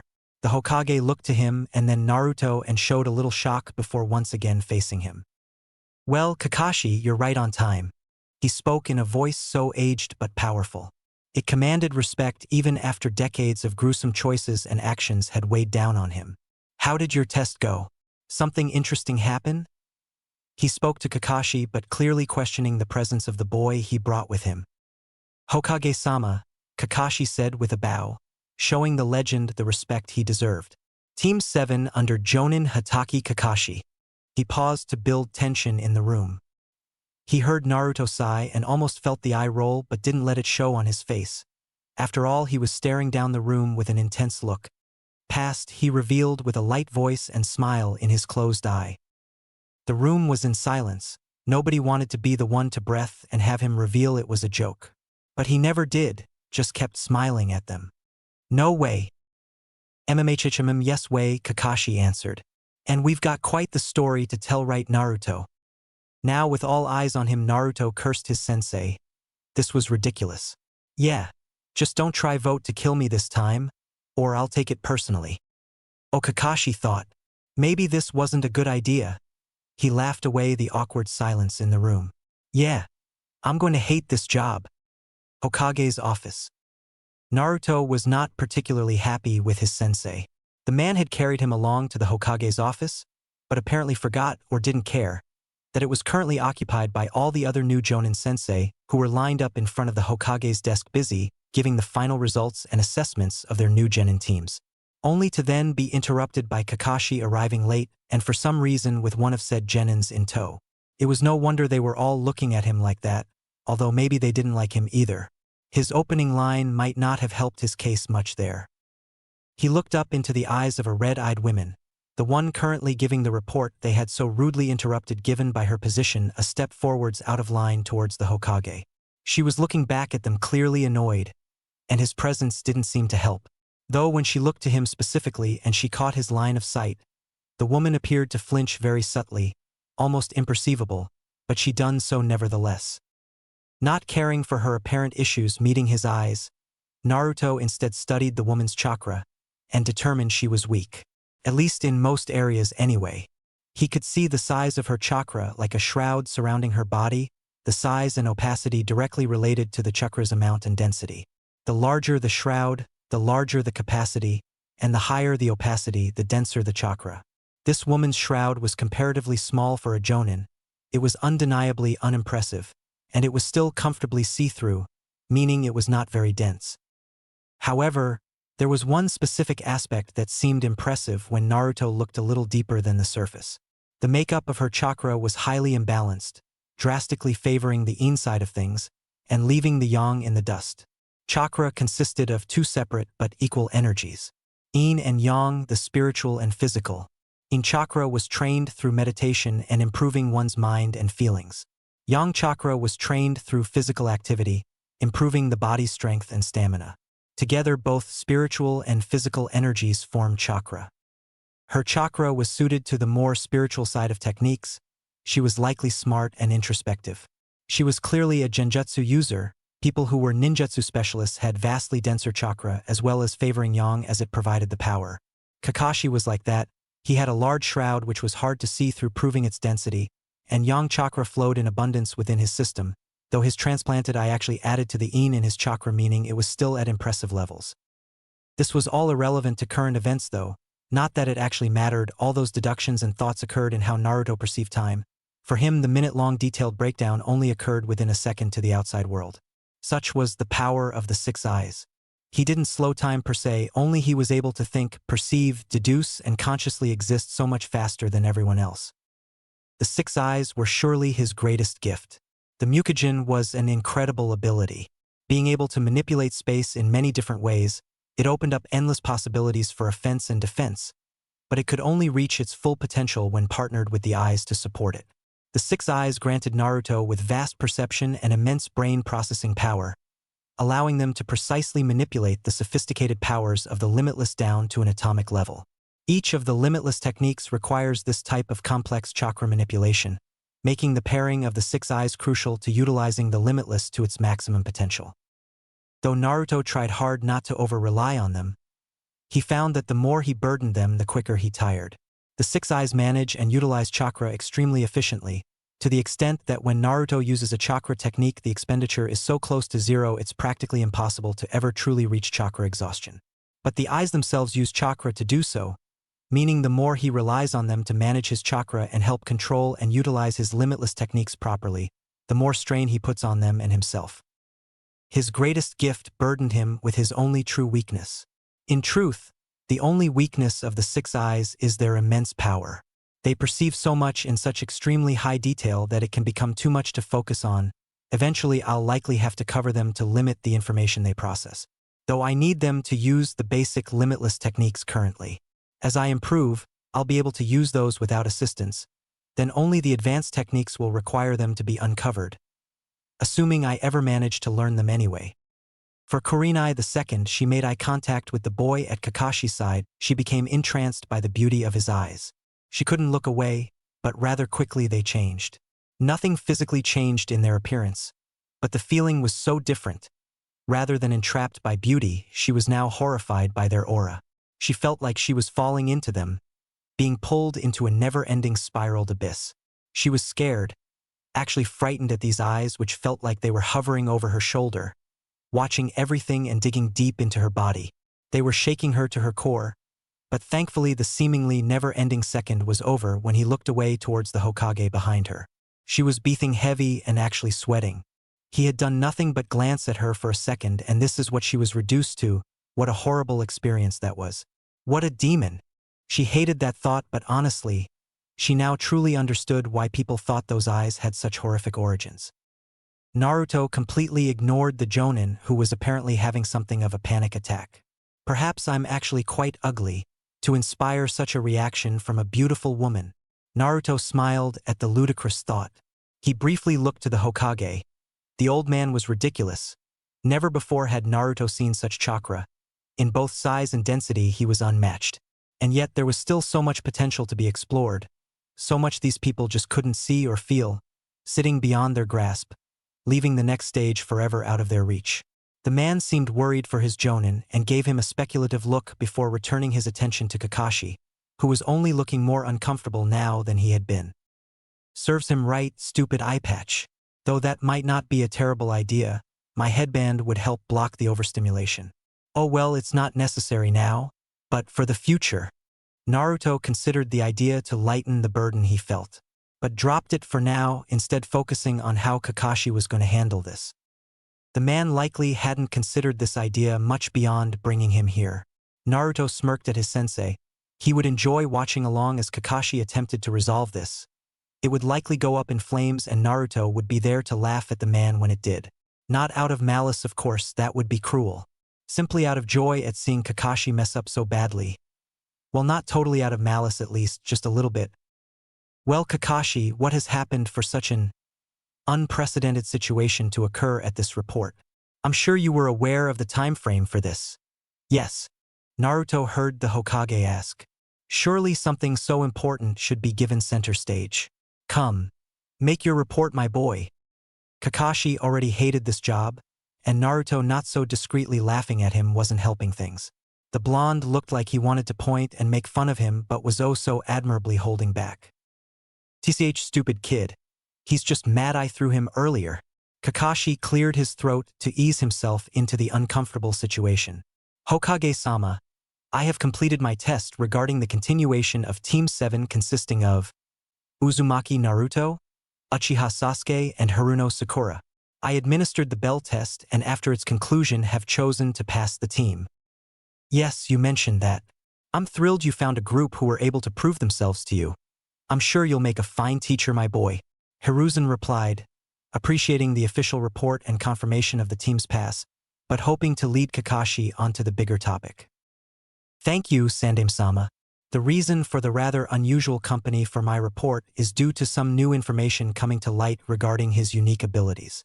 I thought you would like to know and assumed it was best to allow him to explain it himself so as to avoid misrepresenting some aspect of it. But perhaps it was a bad time. Kakashi, in all honesty, had forgot what time the others would have finished. He hadn't meant to have so many eyes on Naruto, a poor mistake that could lead to distrust. Perhaps the boy thought he was trying to pressure him into revealing all his secrets and brought him into a room of Jonin and the Hokage to force his hand. He'd need to talk with him later, but for now he could help allow the blonde to escape with his cards still by his chest. I apologize, Sandame-sama. Please forgive Naruto's intrusion and consider it my own. It was a lapse of judgment. Please allow him to return home. We have an early start tomorrow. He hoped he hadn't accidentally made the old man curious. He seriously hadn't thought this through. Hiruzen looked at Kakashi for a few moments before taking a draw of his pipe and agreeing to the request. But before Naruto could fully leave, he spoke up to him. Naruto, my boy, I'm glad you're opening up with your team. It is vital they understand your skills and moveset. You don't need to tell them how to perform any techniques, but it's also not good to hide them from your team. It will only cause problems and indecision when you are forced to either reveal something or suffer the consequences. Indecision, even for a second, can kill. Maybe not you, but a teammate. Hiruzen spoke, having deduced the reason for Kakashi's 180, from hoping to have Naruto explain whatever ability he showed off, to trying to smuggle him out without needing to. He understood Naruto's reservations about discussing his abilities. Naruto had made them painfully clear with his first words in the room. He hadn't forgotten the events following the initial reveal of his eyes, the votes to kill him, as he put it. But he needed the boy to understand that refusing to use those abilities in fear or suspicion of everyone would only cause problems. I will not force you to reveal your powers to me, child, but you should not hesitate to use them to their fullest in the protection of your team and mission. With his piece said, the Hokage allowed Naruto to leave, turning to face Kakashi a few seconds after the door closed. That was indeed a lapse in judgment, Kakashi. I understand your wish to open him up, especially if he showed something new, which I assume he did. But he is not trusting of my position and those close to me. And unfortunately, your unforeseen punctuality coincidentally coincided with our scheduled report. Usually you're booked in 3 hours later than your peers. Apologies, Hokage-sama. I got ahead of myself. It's just he may be far more talented than we had previously estimated. The Jonin was thankful that went smoothly. He could make the standard report without worrying about prying ears and eyes. Indeed. While on the subject of his talent, are you okay, Kurenai dear? You seemed a little faint for a second there. Hiruzen was intrigued as to what happened. He almost thought it to be a genjutsu effect, but there had been no chakra used in that moment. It appears she had just experienced a panic attack. Kurenai looked down, ashamed of her actions in front of her leader. To think he trusted me with leading a team of graduates and I can't even hold eye contact with a boy, she thought bitterly. She had never considered herself to be weak-willed. She proudly accepted her reputation as being cold, brought about by her policy on men attempting to hit on her. She was proud to think herself someone who did the title of kunoichi proud and reversed the stereotypes that they were not as capable as male shinobi. The very same way Senju Tsunade had proven her naysayers wrong during the Second Great War. But apparently she had become arrogant or too comfortable in that belief. Straightening herself, she responded, "I'm fine. Thank you, Hokage-sama. It's just the first time I've truly seen his eyes. They were more intense than I was expecting. Forgive me, it won't happen again." She had previously believed a rumor that the boy had been faking them, that he was just seeking attention. Truly how far she had fallen, to allow rumors spread by biased civilians to impact on her perception of a subject. Hiruzen continued looking to her for a moment before smiling and accepting the answer with a nod. "Yes, they can be quite uncomfortable indeed. I've even experienced it myself. Certainly, fascinating though. The Kekkai Genkai we see today in clans such as the Uchiha or Hyuga are hundreds if not perhaps thousands of years old. They all have their origins in what we believe to be the founding of shinobi, even if we don't know the exact details of their creation or evolution. For a seemingly brand new one to appear as Naruto-kun's is incredible. The professor was a man of much knowledge. It's the basis for his remarkable strength. He could see a jutsu performed once and deduce its components well enough to use it himself, so to be presented with such a question he had no answer to was as unlikely as it was exciting. Kakashi though wondered whether he should add on to that. "Naruto told me that he has two totally separate hereditary abilities. The limitless ability he briefly spoke of seems to be responsible for his combat prowess. At least in terms of true power, the six eyes almost seem supplementary to this new ability. They act as the foundation that allows him to build his skills, to use them to their fullest. If he had a child, would they inherit both? If not, would they be capable of truly using one without the other in an exceptional way?" Kakashi had a lot to think about, but Naruto said he'd tell him anyway. He would trust his new student to use these abilities to keep his teammates safe. If he'd done that, Kakashi could truly ask for no more. With the unexpected situation now resolved, Hiruzen could continue with the original reason for this gathering. He grabbed his pipe and began to address his jonin. "So, it's all settled then." The room turned their attention back to the Hogake and waited for him to finish his pipe before continuing. "The teams 1 to 6 have sadly not passed. They will be free to return to the academy, join the force as a probationary genin and await another jonin who wishes to take on a team, or even leave the shinobi program and find a life as a civilian. Those sensei who are within that bracket, you are free to continue your standard duties and are dismissed."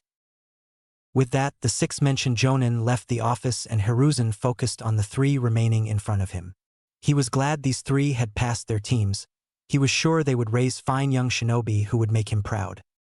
Perhaps unsurprisingly, the majority of genin who passed this year are children of major clans, though more important than even just that. This year's group has much promise, that is for certain, but also, they are the children of clan heads and despite their age and inexperience hold power within the village's political climate. You are now in charge of raising those who will lead the village in years to come. I'm sure you will take this role seriously, but I want you to push them. I hope to make a good showing in the Chunin exams that will take place here in 6 months. Each sensei was surprised to hear the Sandaime push for them to enter a new team so quickly, but with the potential this year had it could lead to a rousing victory for the Leaf in its home ground. It would make sense to push for a good showing in these next exams. Teams 7, 8 and 10 are now officially genin of Konoha. You are free to leave. Report to the mission desk whenever you choose to administer their first mission. I always enjoy the reactions to what their new life will entail. Hiruzen smiled thinking about it. Especially Naruto's reaction. It would likely involve a lot of complaining and bragging, and he couldn't wait to see Kakashi deal with kids. With all said and done, the Hokage was left to deal with his paperwork he had been putting off. Though he couldn't help but wonder what new power Kakashi had wanted Naruto to explain. I'm sure it's something incredible we've never seen before. I hope to see it during the upcoming exams. I'm positive Team 7 will make it there and surprise us all. Konoha streets, Naruto. Having left the Hokage's office only a few minutes ago, Naruto found himself wandering the streets with nothing to do. It was still pretty early on in the day and he had no commitments other than meeting his new team and sensei tomorrow, for what he assumed would either be their first mission or a training session revolving around operating within a group. Deciding to just take a wander around the village until he found something to do, He set off in no particular direction, though he didn't have to wait long before he ran into some familiar faces. Some of the students from his class appeared to be heading into a beef barbecue restaurant. If he remembered correctly, they were Team 10, whose Jonin-sensei he must have just met. Meeting Shikamaru and Chuji at the door, he asked to join them briefly. Once seated inside, Naruto looked over his current company, finding himself intrigued as to their team's composition and purpose. Shikamaru and Chuji paid him little attention. Well, Chuji did anyway. The former was trying to act like he wasn't observing him by hiding his calculating eyes behind an air of indifference and lethargy, which likely wasn't totally fake. Shikamaru was a relatively tall, lanky boy with dark hair pulled into a spiky ponytail at the back of his head. He wore an open gray jacket over a chain shirt underneath. Naruto thought the boy had interesting powers, dealing with shadows that at their base level restricted movement, but when wielded by experienced hands could do much more. The Nara had a lot of room to grow into. Chuji was a kind, chubby boy with spiky brown hair held in a weird headband that allowed tufts of it to fall through the top while the rest was covered like a hat. He had swirl marks on his cheeks, not too dissimilar to the swirls on his shoulders, and wore a loose green jacket. Chuji himself had interesting powers. The ability to increase his size and therefore power either in specific areas or over his whole body was perhaps much more one-note in terms of use and strategy than his own powers or even his Nara friends were, but still a powerful ability. Lastly, Naruto turned his attention to Ino, who was just sitting down having been walking behind her two teammates, apparently none too pleased to be in their company. She was a pretty blonde, much like himself, with green eyes. She wore a purple top and matching skirt with bandages wrapped around her stomach, arms, and legs. Her ability was interesting too, but better suited to psychological warfare and espionage than to direct battle.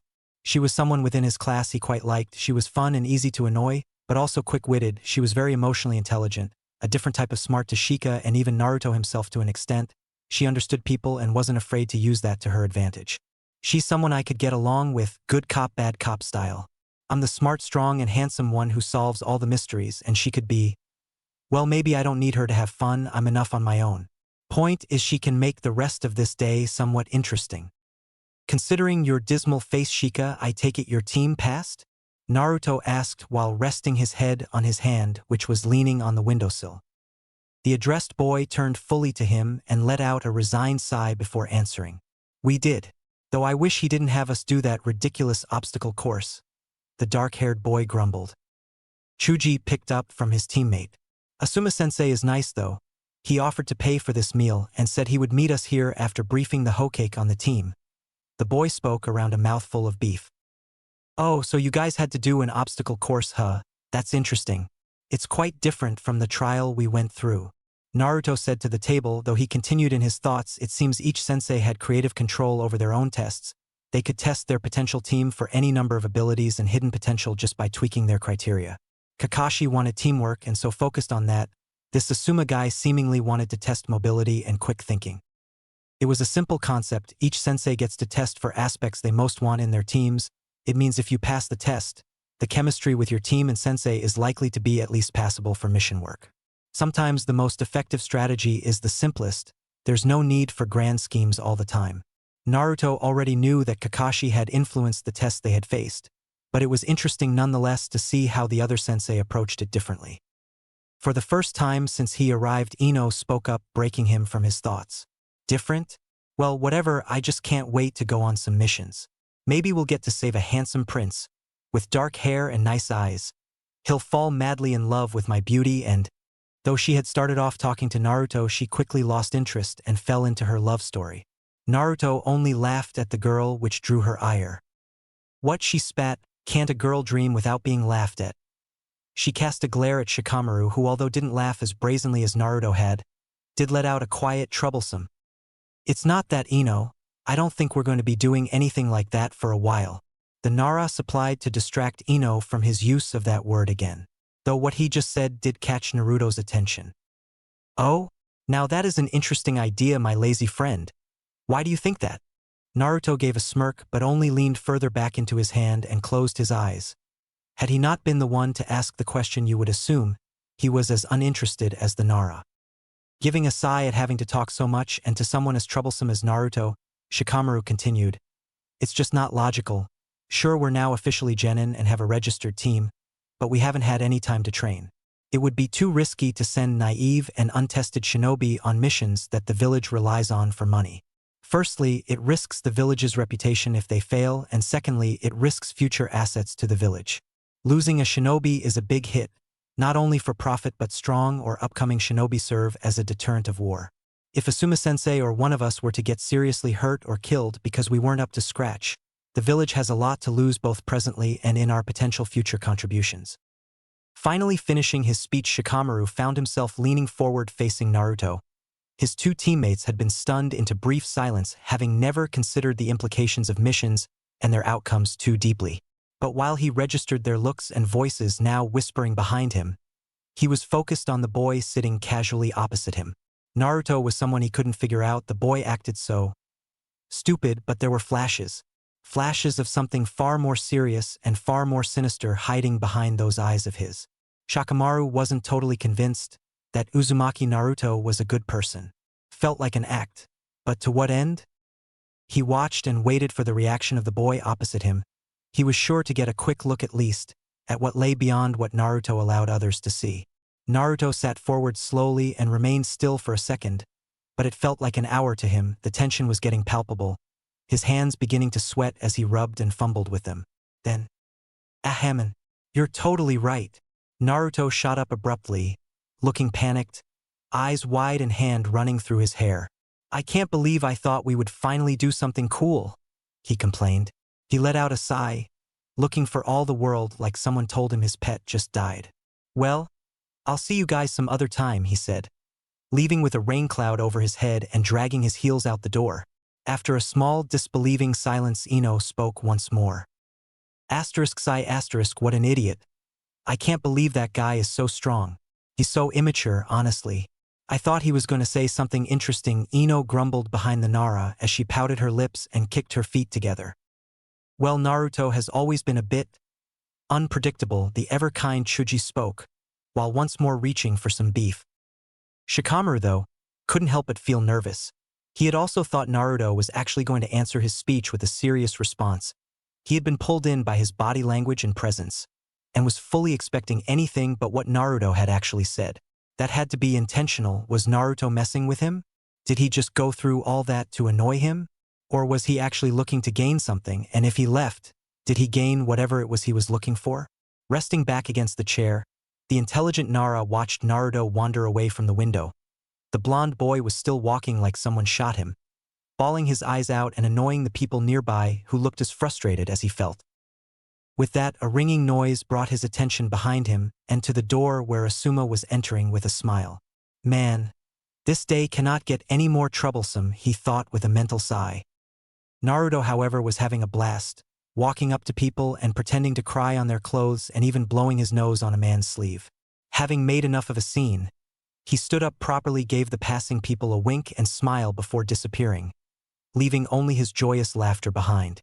After all, he had a big day tomorrow. Well, Shika sure is a smart kid. A little boring, but we can't all be perfect. Naruto considered the words the Nara had said. He had been sure there was more to come from his sensei and had come to a similar conclusion to his shadowy friend. It was unlikely that such green behind-the-ears shinobi would be given anything of relevance to do. They would contribute in other far less exciting ways. He liked the Nara, though, smart, cautious, and perceptive.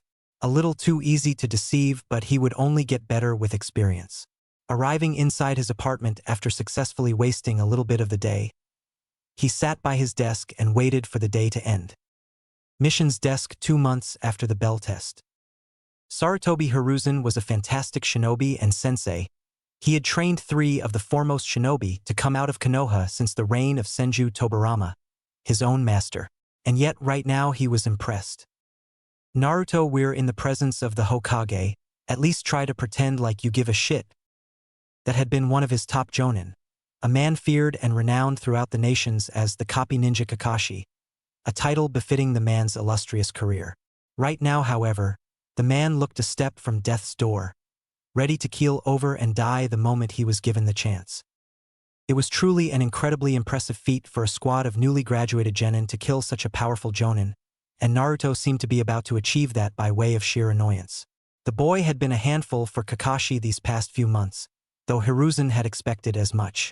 Naruto was a strong boy with a massive ego and no patience or self-control, mixing that with the laborious D-rank missions he was being forced to partake in, plus the monotonous teamwork-centered training that done little other than challenge his temper at the slow progress, and Hiruzen was actually surprised he hadn't genuinely tried his hand at murdering his sensei.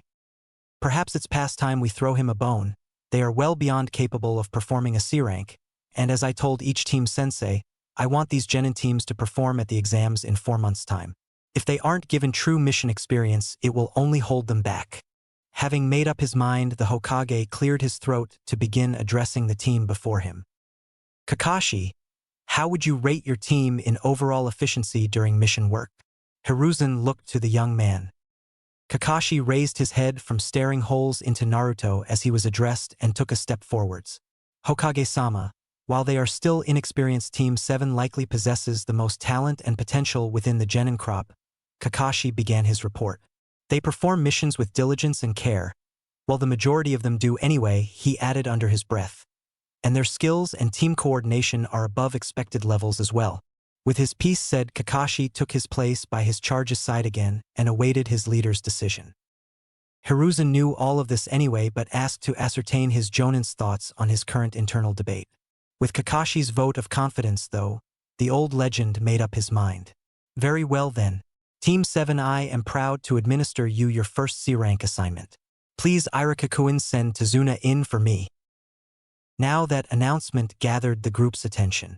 Like Kakashi had said, this group held massive potential, far too much to be wasted cleaning houses and catching runaway cats for too much longer. Hiruzen had long since accepted that missions came with danger. As a shinobi, it was something they each came to terms with personally, but sending newly graduated genin, and more importantly children, to their possible deaths was never an easy choice to make. But babying them for too long, holding them within the village to protect them from the world would only stunt their growth, clip their wings if you will. He needed to let the young birds fly free, to truly grow from real and possibly life-threatening situations. Hiruzen knew it was time to test their mettle. Kakashi stood silent.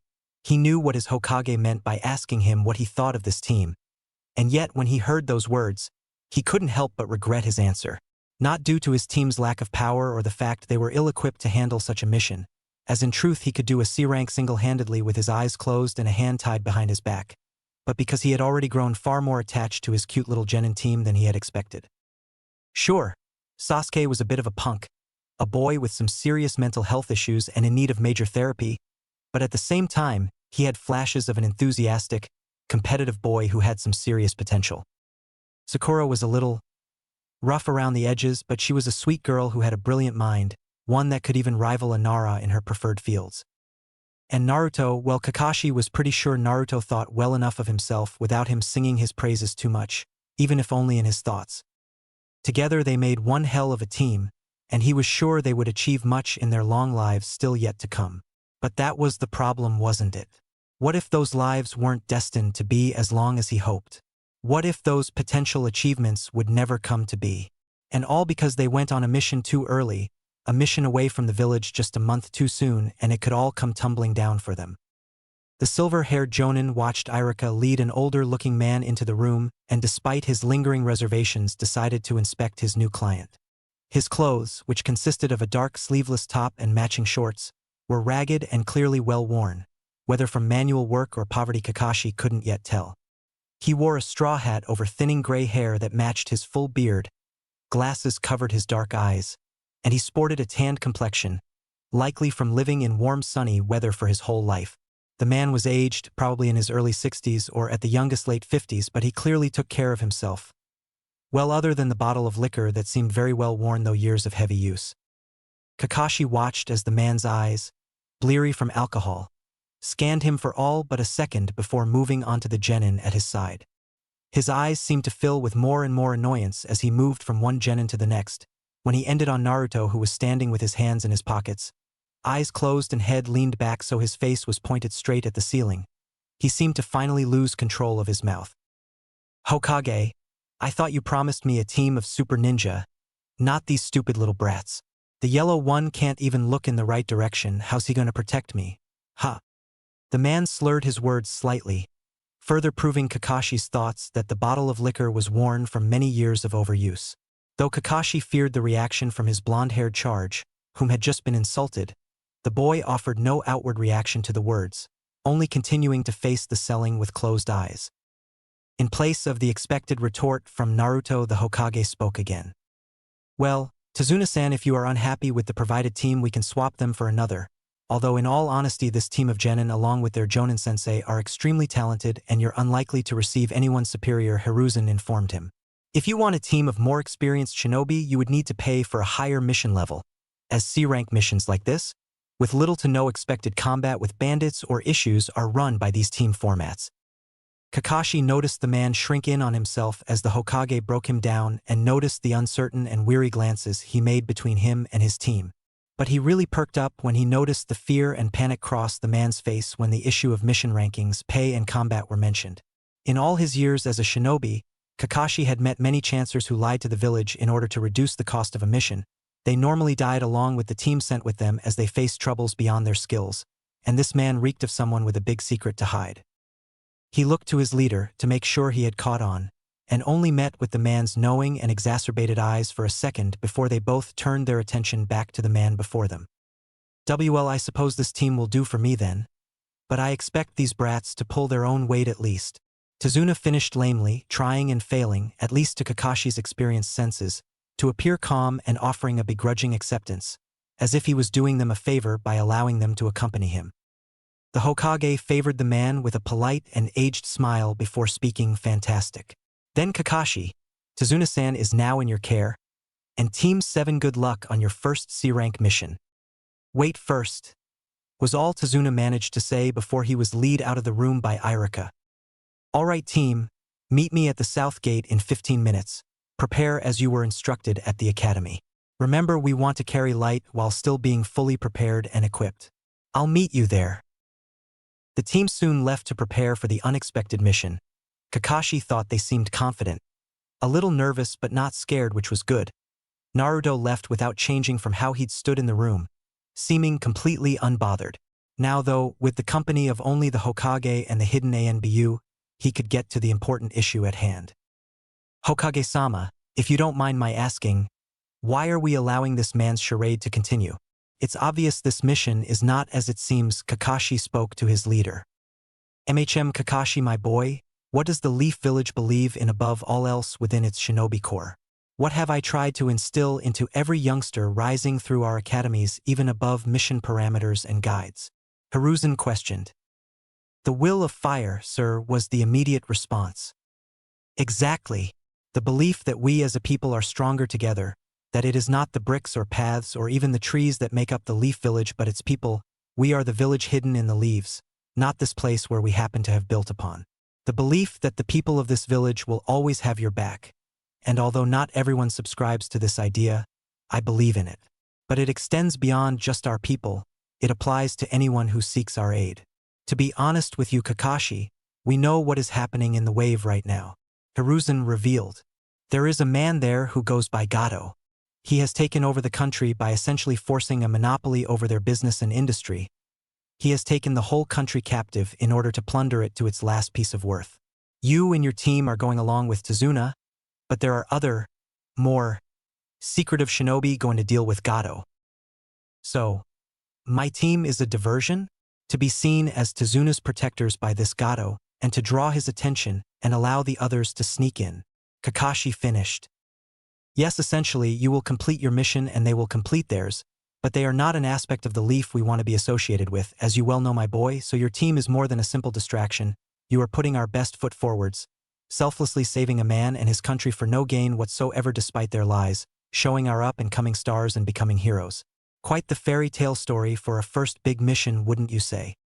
Yet you speak of helping others based in the belief of the will of fire? From our own goodness and not for any gain? Is that not hypocritical, sir? Despite saying this, Kakashi meant no disrespect. He would lay down his life within a heartbeat for the man in front of him, and it would only partly be because of his position as Hokage.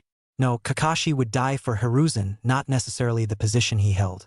But he truly wanted to understand the man's views. Hiruzen gave a chuckle before responding. Yes, I suppose it is, But it all comes down to one thing. The people of this village are all my family, and I have to take into account their well-being as well. It is perhaps why there have been so many wars in this world of ours.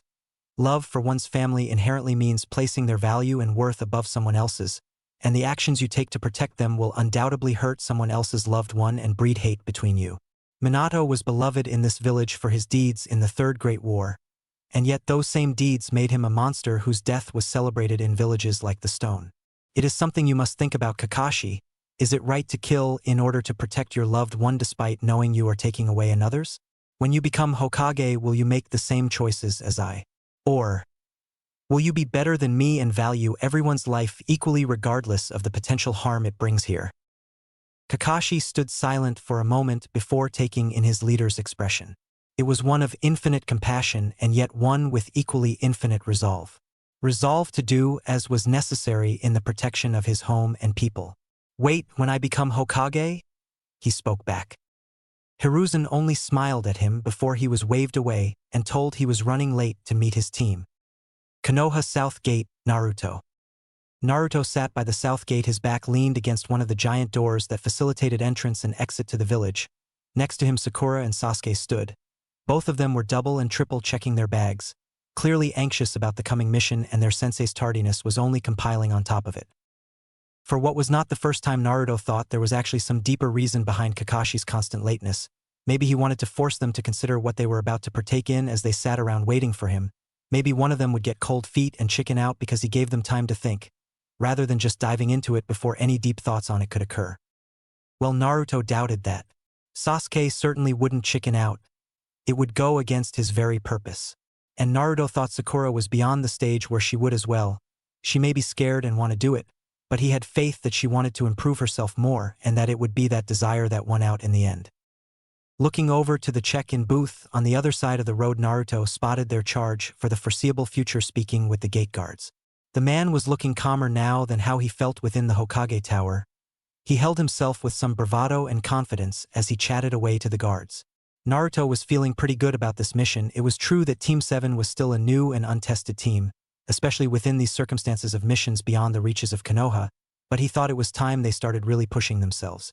He had been feeling somewhat stagnant for years now. Most of his power came by way of learning and mastering both the Six Eyes and limitless bloodlines he was blessed with. The problem being the insane complexity in both understanding the techniques and the complex chakra manipulation required to use them. His most recent progress was the ability to use the reverse technique called Red, that he used against Kakashi. It involved reversing the flow of chakra and in turn creating the opposite effect of his technique Blue. But using reverse chakra techniques was no easy feat, and his application of it was so far limited to utilizing Red, and even then, the output and effect of the ability were severely nerfed from what it had the potential to do. He needed to continue to grow. He was beginning to grow frustrated at his inability to master the reverse application of chakra in a sizable way. It was a new and novel experience for him, and he decided he didn't like it one bit.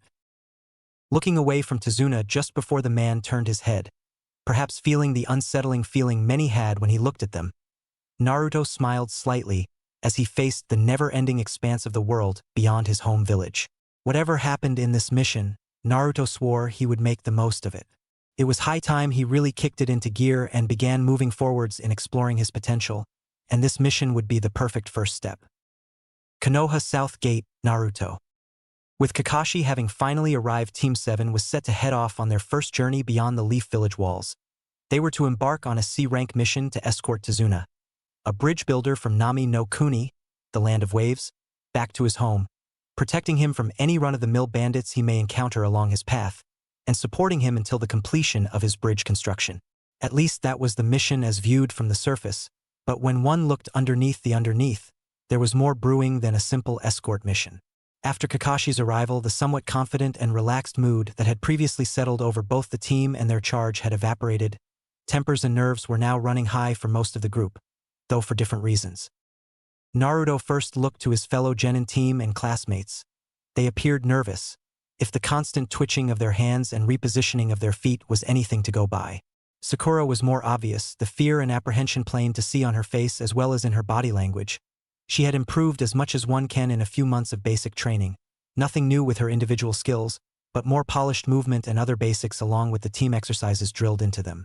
She had done well to apply herself properly to physical training, likely for the first time in her life, as her preferred field always was the theoretical side of shinobi life, though she still complained about it constantly. Sasuke was much better at hiding his nerves, the only giveaways being his clenched teeth, jumpy eyes that moved from one thing to the next like he was already scanning his surroundings for enemies, and his generally more tense and rigid posture than was usual for him. But what both of them had in common, though more evident and stronger in Sasuke, was the fire burning in their eyes, the determination and excitement to go on a mission of this magnitude and further themselves.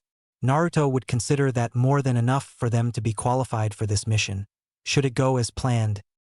Tazuna, though showing the same signs of nervousness as his teammates, was doing so for much different reasons Naruto was still working out, but thought he had the general gist of. Basically, he's full of shit, Naruto thought to himself. From the worry about our team strength when he first met and saw us, to even requesting a new squad with stronger shinobi, he's worried about more than generic run-of-the-mill bandits he may not even encounter. No, there's something or someone specific he has in mind that might be targeting him. Continuing to consider this, Naruto decided that there was nothing that needed to be done. He could allow this to play out as the Hokage and his sensei had likely planned, though he was unsure exactly as to what that plan would entail. Speaking of his sensei, the man had arrived a few minutes ago and was in the process of signing them out of the village. Appearing to have finished with that, he began making his way back over to them. Kakashi gave nothing away. He walked with the exact same ease as always.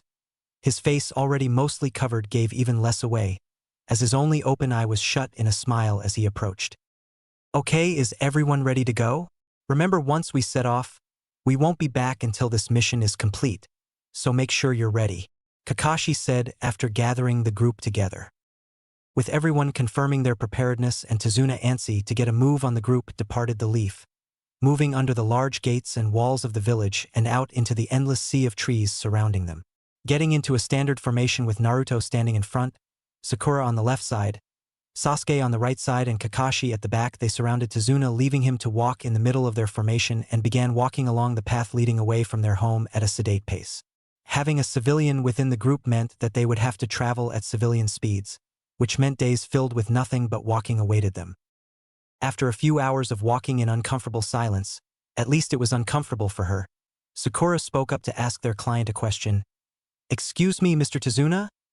The man grunted, barely turned his head to her, and paused his flask at his lips for merely a second before taking his swig as intended. "What?" he asked with blatant annoyance at the girl laced within his drunk and slurred voice. "Well, I was just wondering what the Land of Waves is like. I read that it's a large trading hub, especially with shipping goods. If you've hired foreign shinobi, that must mean that you don't have your own, right?"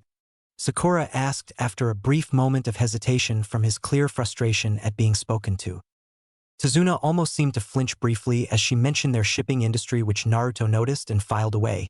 Kakashi appeared to be ignoring them, off in his own little world reading a book, but Naruto assumed he was listening intently as well. "Well, you sure know your stuff, girly, haha," the bridge builder stuttered. Wave was... is a beautiful place just off the coast of Haino Kuni, the Land of Fire. It's far too small to have its own shinobi village, and the people there aren't so trusting of you shinobi folks anyway, he answered. Sakura looked shocked by that revelation. "Why wouldn't they trust us?" she asked back. The bridge builder finally stopped drinking and set his flask away into his bag to answer the girl. "Well, for a small civilian town who deals in trade, having you shinobi mulling around throwing those dangerous abilities about without care for collateral makes people nervous. The abilities shinobi have may seem to be the norm for you, who's grown up cozy in a big shinobi village like Konoha, but they are well beyond supernatural to your average working folk in Wave. Powers like that are seen as unnatural just because they are so rare out with shinobi settlements." The answer from Tazuna was an interesting one, though it seemed to upset Sakura more than satiate her curiosity. Naruto, though, understood.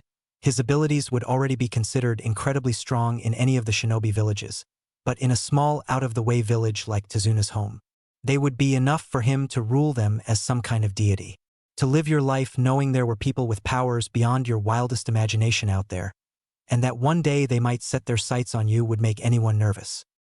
Tazuna continued his speech to Sakura, explaining how the Wave citizens lived their lives, fending for their own, and how being reliant on the sea and shipping, had left them somewhat cut off from the mainland both literally and in terms of news and communication.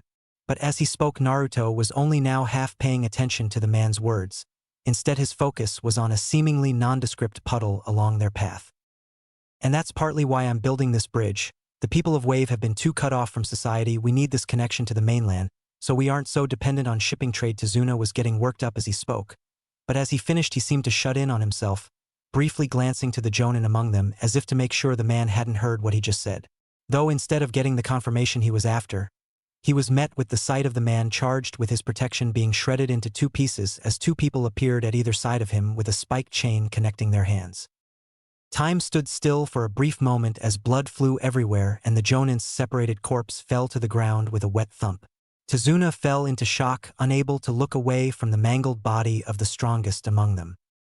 The two shinobi, who were covered in long black coats and masks, almost reminiscent of breathing apparatus used underwater, looked to their true target now that the biggest threat to their mission was dead. Seeing Tazuna in his state of shock, they took the opportunity granted to them and shot forwards once again, aiming to bisect him as they had done with the weak gray-haired man. Tazuna, seeing he was now the target they had in their sights, attempted to scramble backwards and run away, only for him to trip over his own feet due to his panic and fall helplessly on his ass. Time seemed to slow for him as he watched his soon-to-be murderers approach him. Seeing his reflection looking back at him from their spiked chain, he looked upon the pitiful state he was reduced to.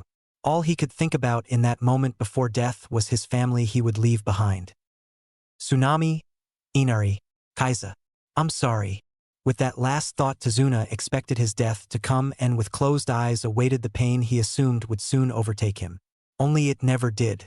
When he managed to build up the courage, he opened his eyes and was met with the sight of the dark-haired genin standing protectively before him. He couldn't see clearly what was beyond the boy in front of him due to a large cloud of dust that had been kicked up. With Naruto, 10 seconds ago. Naruto continued to discreetly observe the puddle as they walked, the six eyes allowing him to clearly see the genjutsu at play, as well as the two shinobi who were using it to hide. Looking over his shoulder under the guise of listening more closely to what the bridge builder was saying, he looked to his sensei, knowing the man would have spotted it as well.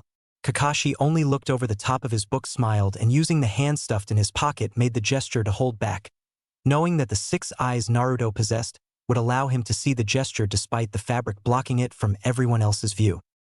With instructions from his sensei, Naruto allowed the events to play out without interfering. Even when he watched Kakashi be torn to shreds, he didn't panic. Instead, he waited. When the two mysterious shinobi attackers looked for their next target and settled on Tazuna, he didn't act.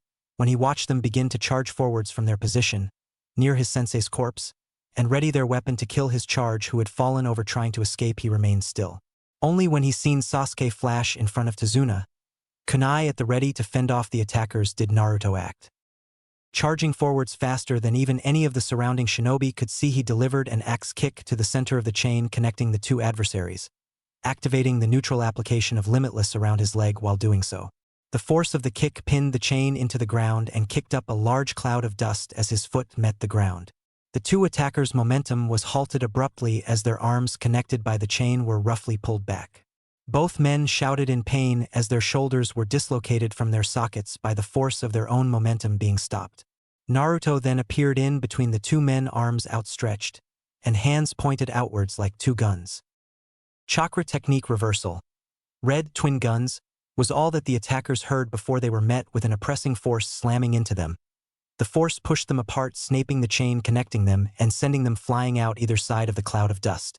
Their flight was only halted when their backs hit into the trees which surrounded the path on both sides with bone-crushing force. The use of red also cleared the area of dust, allowing the onlookers to see Naruto standing in front of a gaping hole in the path, his hands now down by his side and his brow creased in annoyance. TCH. Still can't get a proper hold on that damn technique. The amount of chakra I used there was easily equal to an A-rank jutsu, but simply overloading it with more chakra doesn't actually improve the power at all. As long as I can't get a proper handle of chakra reversal, the output will either be limited like it was now, or the technique could outright fail to initiate. When the onlookers turned their heads, they could see both attackers sitting slumped at the base of two trees on opposite sides of the path from one another. They looked to be barely holding on to consciousness and unable to move, and if the indents into the trees were any measure of how hard they hit them, it was understandable why they weren't. Looking back to Naruto, they found him staring down at the body of their sensei. Upon the reminder of his tragic and gruesome fate, Sakura puked her guts out on the side of the path, her body crumbling as she was forced onto her knees, unable to even care she was sitting in her own sick. Her body racked with trembles and she cried, the release of the buildup of all the emotions she had experienced. She had turned when she heard something behind her and so was spared the sight of Kakashi being bisected. But the sight of his body lying in half on the ground was just as sickening. Only to then be unable to do anything as her sensei's murderers charged at the man she was to protect. She watched as Sasuke took action straight away and hated herself for her weakness being shown in front of him. She felt, at first, some relief that Naruto must have clearly been in a similar position to her, as she hadn't seen him move yet, only to have that thrown back in her face when it was revealed he had dealt with the situation with no difficulty. Not only was he unaffected by the fear of being attacked, but he appeared unaffected by the death of their sensei. She looked up at Naruto, finally able to tear her eyes away from the bisected body, only to see him looking up into the trees. She followed his line of sight but didn't see anything, until a blur shot through the trees from where they were looking. Sakura felt all hope leave her. Of course there were more shinobi surrounding them. They were likely stronger and were going to kill them now that Naruto had defeated the other two. But that was not what happened. The figure that landed before Naruto with a hand placed on the boy's shoulder and an all too familiar smile on his face was her dead sensei. She blinked a few times, unsure if this was an illusion being created from the tears in her eyes or the thumping of her head. But he remained there, his smile now directed at Sasuke. She even faintly heard words come out of his mouth. Not that she could understand them over the pounding of her heart and all the blood rushing through her ears. Lastly, his smile was directed to her, though it faltered and became an apologetic and sad look as the man took in her state. Sakura looked from her very much alive sensei to the dead one laying only feet from her on the ground. Only instead of the horrific sight she knew was there, she was only able to see a log shredded into two pieces. Kakashi brushed past Naruto as the boy looked over his shoulder and also took in the state of his female teammate. He arrived in front of her and knelt down on one knee. She looked up into his eyes and the tears started again, though this time they were joyful ones. She screamed and cried as she lurched forwards, wrapping her arms around him in a desperate hug. "Sen?" she muttered out in between sobs and sniffles. Kakashi only hugged her tighter. "I'm sorry, Sakura. I know that must have been horrible to witness, but I promise I did not take such drastic action for no reason. I needed to confirm something of vital importance for this mission." Kakashi spoke with a gentle and comforting voice. Standing up and bringing Sakura to her feet, he allowed her to calm herself, and only when she nodded her head to him did he leave her to stand on her own. Naruto kept his eyes on Sakura as Kakashi took purposeful strides towards Tazuna. He hadn't expected such a strong reaction from her, but he understood. It's one thing to think you have prepared yourself for whatever may happen on a mission, but to actually encounter it, not only on their first mission but also on one where these types of situations should never occur, is a totally separate matter. To have this suddenly thrust onto her and to be confronted by the idea that she is not safe on missions through the death of someone she considers to be an immovable protector, one who has bested the best they had to offer time and time again, would be overwhelming. But as Kakashi had told her, he had not made that decision and acted out that play for no reason. It was to the benefit of the mission that their attackers believed Kakashi to be dead. After all, once who they consider to be the main threat is out of the picture, their next target is likely to be the true main objective of their attack. Kakashi was simply in the way of observing who they were truly after because of his perceived power and strength as the Jonin. That's why I held off from moving after Kakashi was killed. If I had acted too quickly, they wouldn't have shown us their objective and Kakashi's plan would have been wasted. Plus, allowing Sasuke to come to terms with the dangers and threats on a mission and chose to act in the defense of our employer for himself was important. It would do him no good to come to his rescue and spare him the hardship of making that decision. It would only hold him back, though seeing the look on his face might have been worth it. Naruto thought to himself. Turning his attention to the raven-haired boy, Naruto could practically see the adrenaline pumping through him. Sasuke had done well to react and put himself in a position to defend their client, even after witnessing the death of his sensei, and Kakashi had told him as much when he revealed himself as alive. Naruto could still see the tension in his shoulders. Just because he acted doesn't mean he wasn't scared or nervous, but being able to act in spite of those fears was a massive and essential step for him to take. The two boys made eye contact briefly and gave each other a small nod, both glad for the other's safety. though Sasuke did allow his eyes to linger on the damaged path after Naruto had moved on to looking at their sensei and client. Kakashi approached Tazuna and allowed the fury boiling within to show. Of course, he knew this mission was more than his team originally bargained for. He even already knew the man was lying to them. But that didn't change the fact his team, one barely out of the academy, had just had the misfortune of combating what Kakashi knew were easily Chunin-level shinobi. After seeing the effect it had had on Sakura, Kakashi was seriously angry. But was he actually angry at Tazuna? It was his plan that had scared Sakura so much, and it was his negligence that had his team, who hadn't yet even learned tree climbing with chakra application, out on this mission. Deciding that he would have to make up for that, he knew it was time his team moved on from basic team drill training and began training in earnest. After all, he had already decided that they were worthy long ago. Kage Bunshin no Jutsu. Kakashi created 2 clones who moved over to each of the opposing shinobi, who were now beginning to pull themselves up. The clones vanished quickly into the woods to extract some information. Stopping before Tazuna, who was still sprawled out on his ass, Kakashi crouched before him. "So, Mr. Tazuna, I think you've got a lot to tell me. So, it's best you get started quickly and explain why there are Chunin-level shinobi targeting you despite only applying for a C-rank mission." Looking into the eyes of the shinobi before him, Tazuna decided it would be best for his health and well-being to be honest with him. And so, after taking a moment to steady himself, he stood from his seat on the ground and prepared to divulge everything. Okay, I understand. You are right, I wasn't honest with you. The truth is, the wave needs this bridge for more than just reconnecting to the mainland. A year or so ago, the people of my village were approached by a wealthy businessman named Gato. He revealed an interest in purchasing some land and setting up business in Wave, using the large shipping industry available there to grow his trade.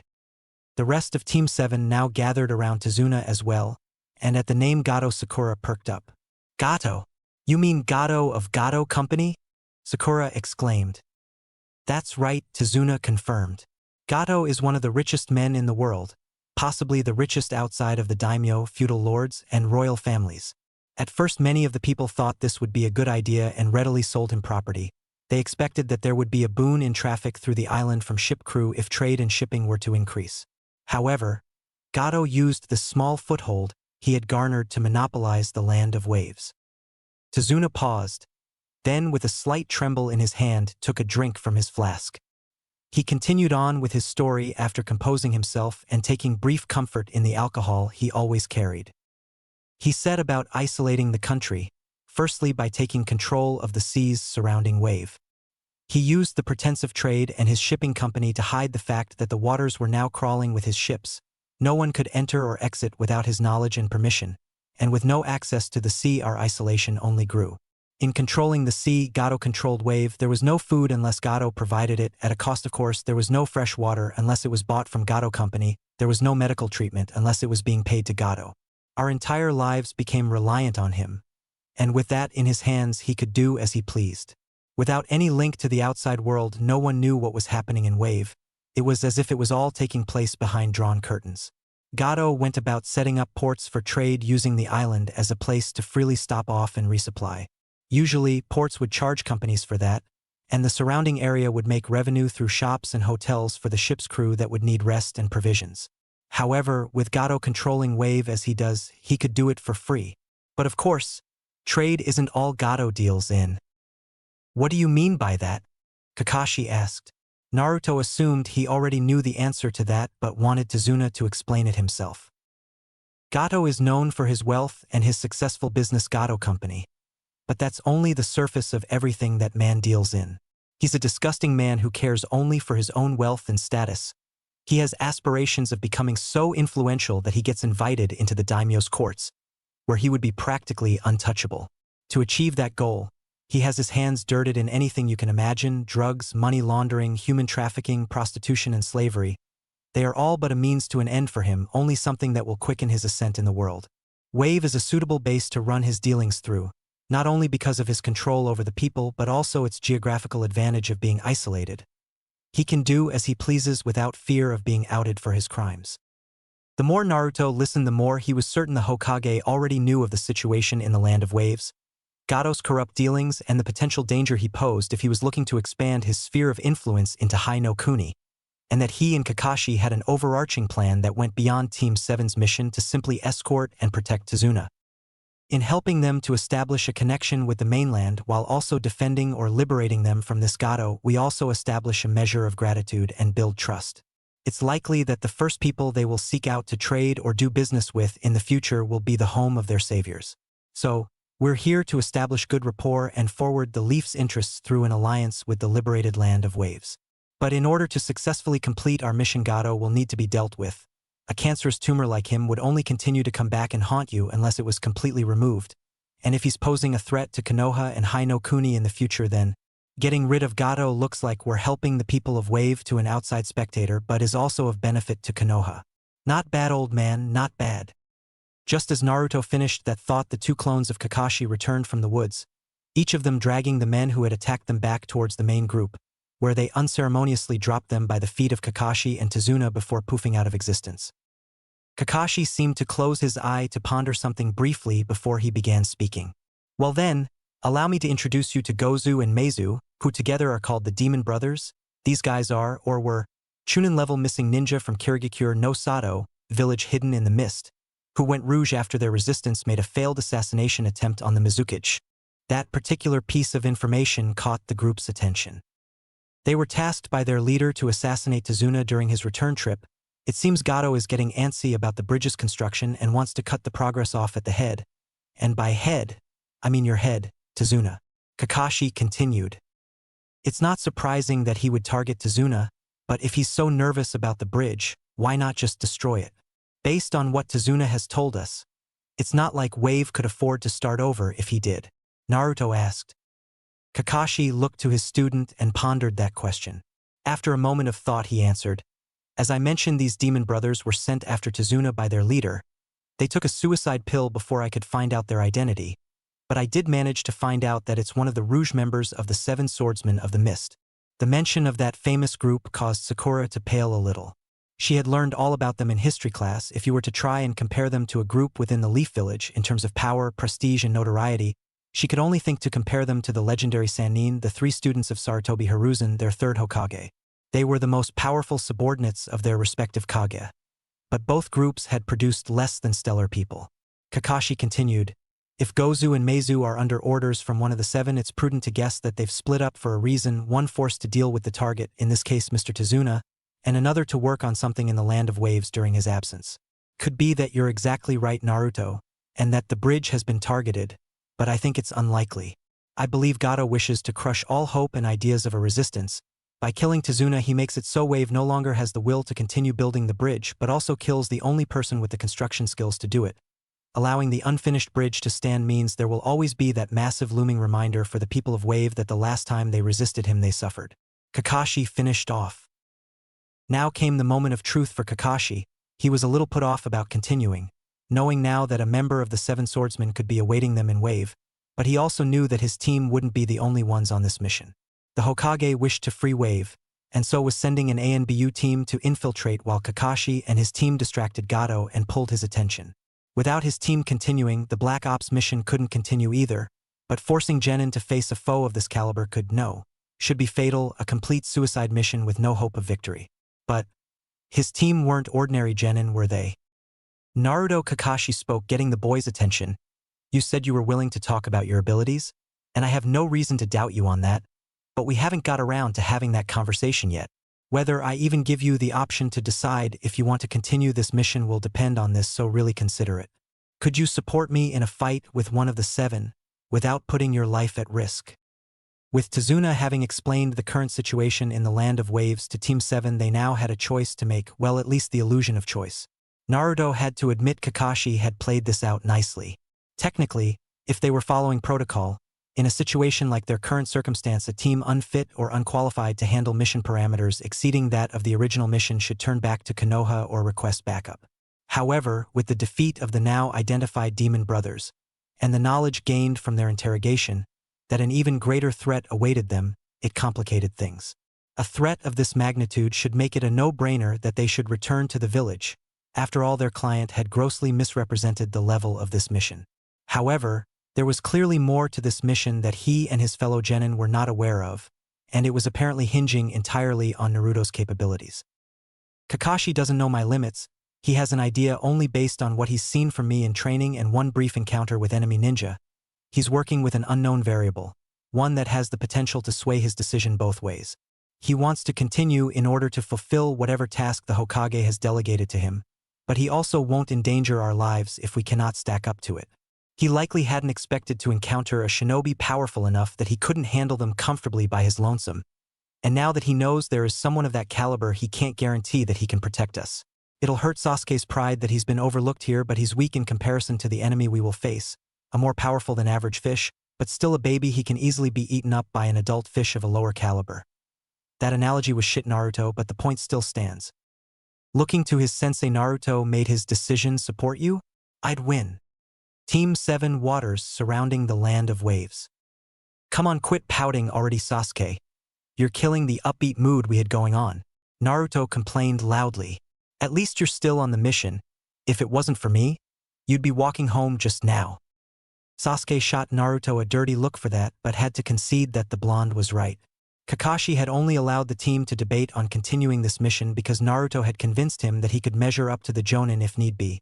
If he had been any less sure of his ability, then they would have been turned around and heading for home. Sasuke couldn't allow his first mission, his first chance to truly prove himself and improve, to end like that. Of course, when Kakashi had asked them what they wanted to do, whether they wanted to abandon this mission or continue on despite the risk, Sasuke was the first to declare they would continue. Sasuke knew Naruto was strong, even begrudgingly accepted he was stronger than Sasuke himself was, but he still prickled at the fact that Kakashi believed the difference to be so vast that Naruto's abilities alone would determine his final decision, as if Sasuke was inconsequential to the outcome, that he was reduced to the same level of impact as Sakura. TCH, I'm not pouting. Unlike some people, I'm aware of the fact we're currently in enemy territory and crossing a sea surrounded in a fog, so think I can barely see 10 feet ahead of myself, using a rickety wooden boat?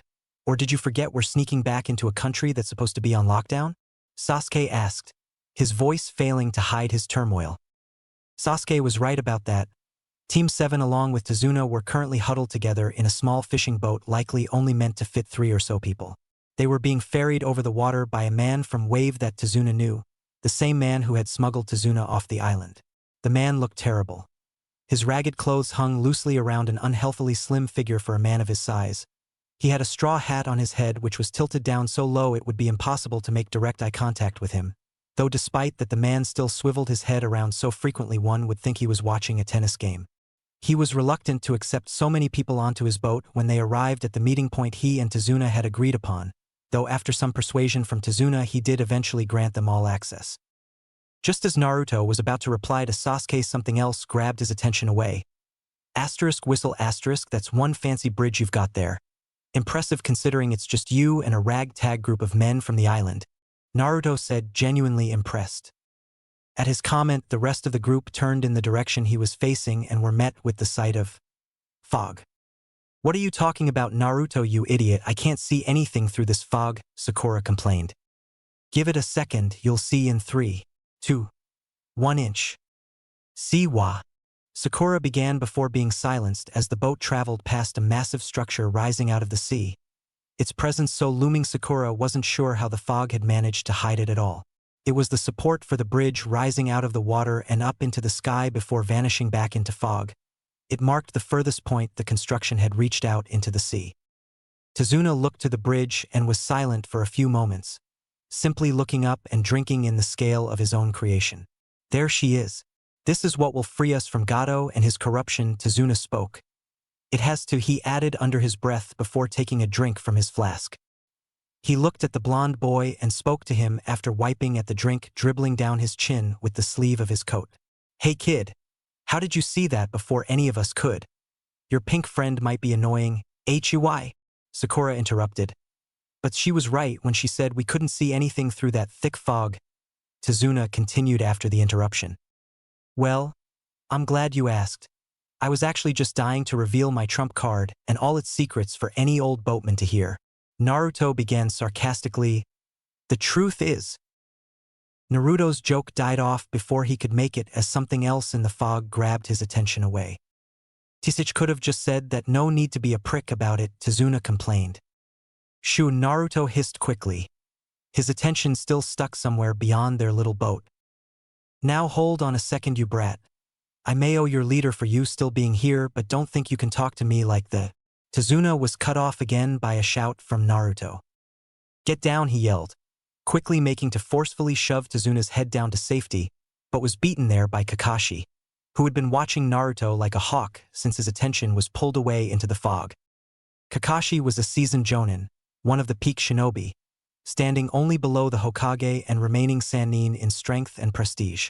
But he didn't get to where he is now by being cocky or oblivious. When your student with an ocular jutsu with as many unknown variables as the six eyes had suddenly begins to stare out into the fog surrounding you, directly after demonstrating his ability to see through said fog far better than anyone else in their company could, Kakashi knew to trust his gut.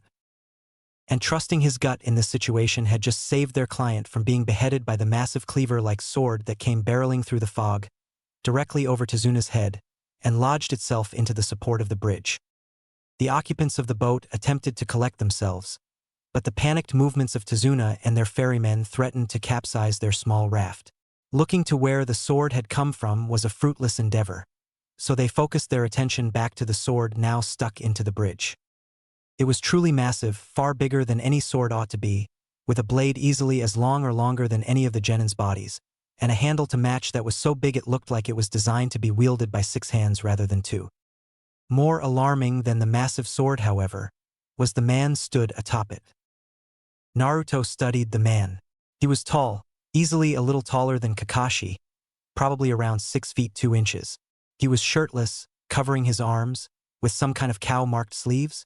Naruto wondered about that fashion choice, and also covering the lower half of his face with bandages taped around his mouth and nose.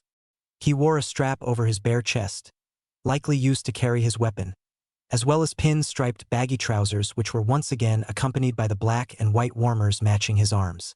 His hair was short and spiky, and most prominently his headband, once bearing the mark of Kirigakure, was now scored out and worn sideways on his head.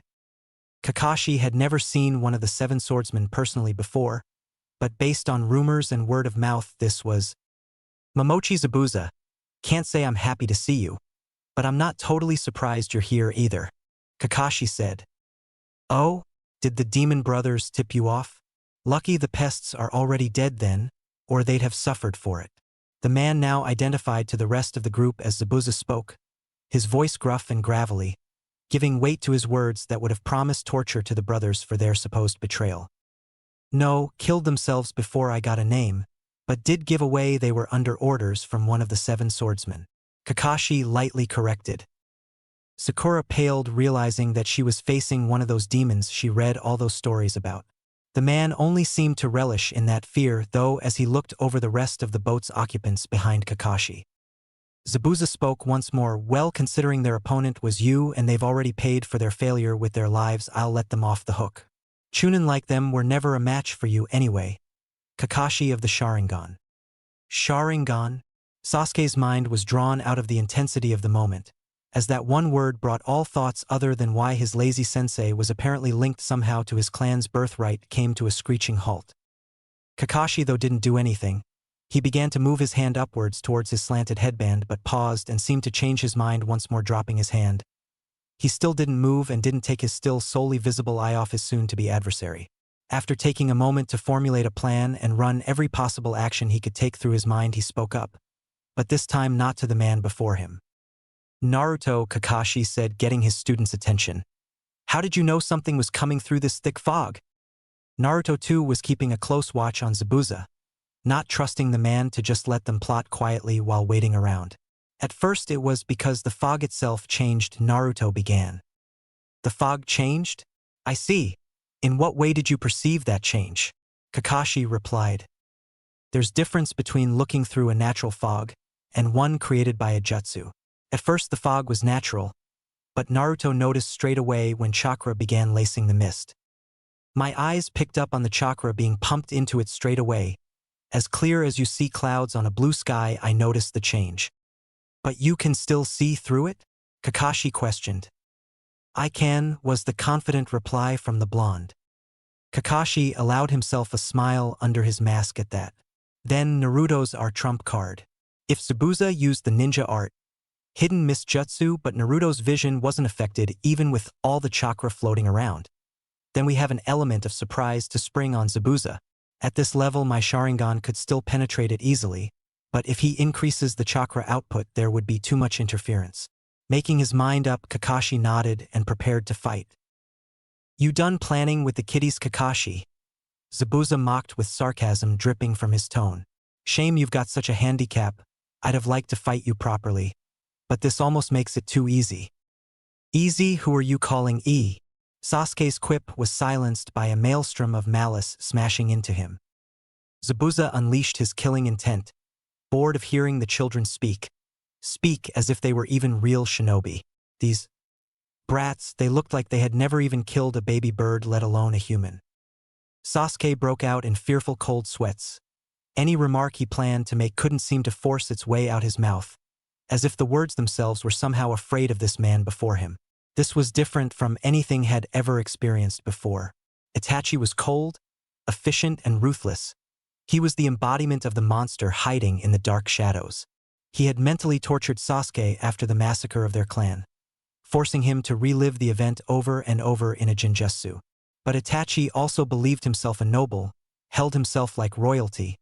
He would never use such a barbaric way of flaunting his strength. But Zabuza was truly mad. He was a killer, one who wanted to show them just how good at killing he truly was. And Sasuke felt it all the way down to his bones. He was afraid of this man. It was a different kind of fear than what he felt from Itachi. Fearing a man who obviously means to do you harm and fearing the dark are both the same emotion of fear, but expressed and processed differently. But Sasuke realized something in that moment. Staring fear and dread in the face truly made him understand. He was far more scared of the dark than this man. Land of waves, water under Tizuna's bridge. The sudden burst of killing intent marked the beginning of the battle to come. Kakashi leaped from their small raft and accelerated towards Zabuza's position. Kakashi knew that he would be seen as the main threat, despite Zabuza's main target being the old bridge builder. Without the ability to water walk, Tizuna was a sitting duck with no escape, and could therefore be left until after Kakashi was dealt with. Not that Zabuza would pass up an easy opportunity to complete his goal without fighting Kakashi, but that's where his genin came into play, providing at least some deterrent to just running past Kakashi to the old man. Zabuza's position standing atop his sword left him in a slightly vulnerable spot, and Kakashi sought to take advantage of that. With a quick reaction, Zabuza dropped from his perch, grabbing the handle of his sword on the way, allowing it to stop him as he briefly hung from it. Turning and planting his feet on the bridge's support, he pushed off the wall, bringing the sword with him, and spun rapidly in the air, generating momentum, which he used as he launched a counter to Kakashi's quick offensive. The massive claver tore through the leaf jonin like a hot knife through butter, but rather than feeling the spray of warm blood over his face that he has so craved since he was young, Zabuza felt a shock go through his entire body as the Kakashi that attacked him turned an electric blue color, revealing a lightning-style shadow clone. Yasuko-sensei, came a cheer from the raft, which had been pushed back from the fight by the force of the clone's jump. Sakura was proud that she didn't freak out like the last time she had saw her sensei be chopped in half, before considering the fact that this was probably a weird thing to get used to. Zabuza grunted and shook off the lingering effects of the attack. His rapid recovery allowed him to react and pull his sword into position to block the follow-up strike, though he was launched into the air, as Kakashi burst from below the surface of the water, kunai in hand, and swung for the rogue mist ninja. The two opponents locked blades, one mighty with legends told of it and its past wielders, and another small, subtle, and arguably deadlier when in the right hands. The two ninjas shared some brief words as they came face to face. "When did you make the clone?" Zabuza asked, almost earnestly, though his frazzled hair and twitching eye belayed an annoyance at having lost the first confrontation in this battle. "When you were too busy showboating, releasing that meager killing intent to scare my cute little genin," came the reply from the one-eyed ninja, whom despite his joking and lightly insulting words wore a face of sheer ice, one that had been carved into place during countless battles during the Third Great Ninja War. "Meager." Zabuza bristled at the insult and pushed his weapon hard into Kakashi's smaller blade.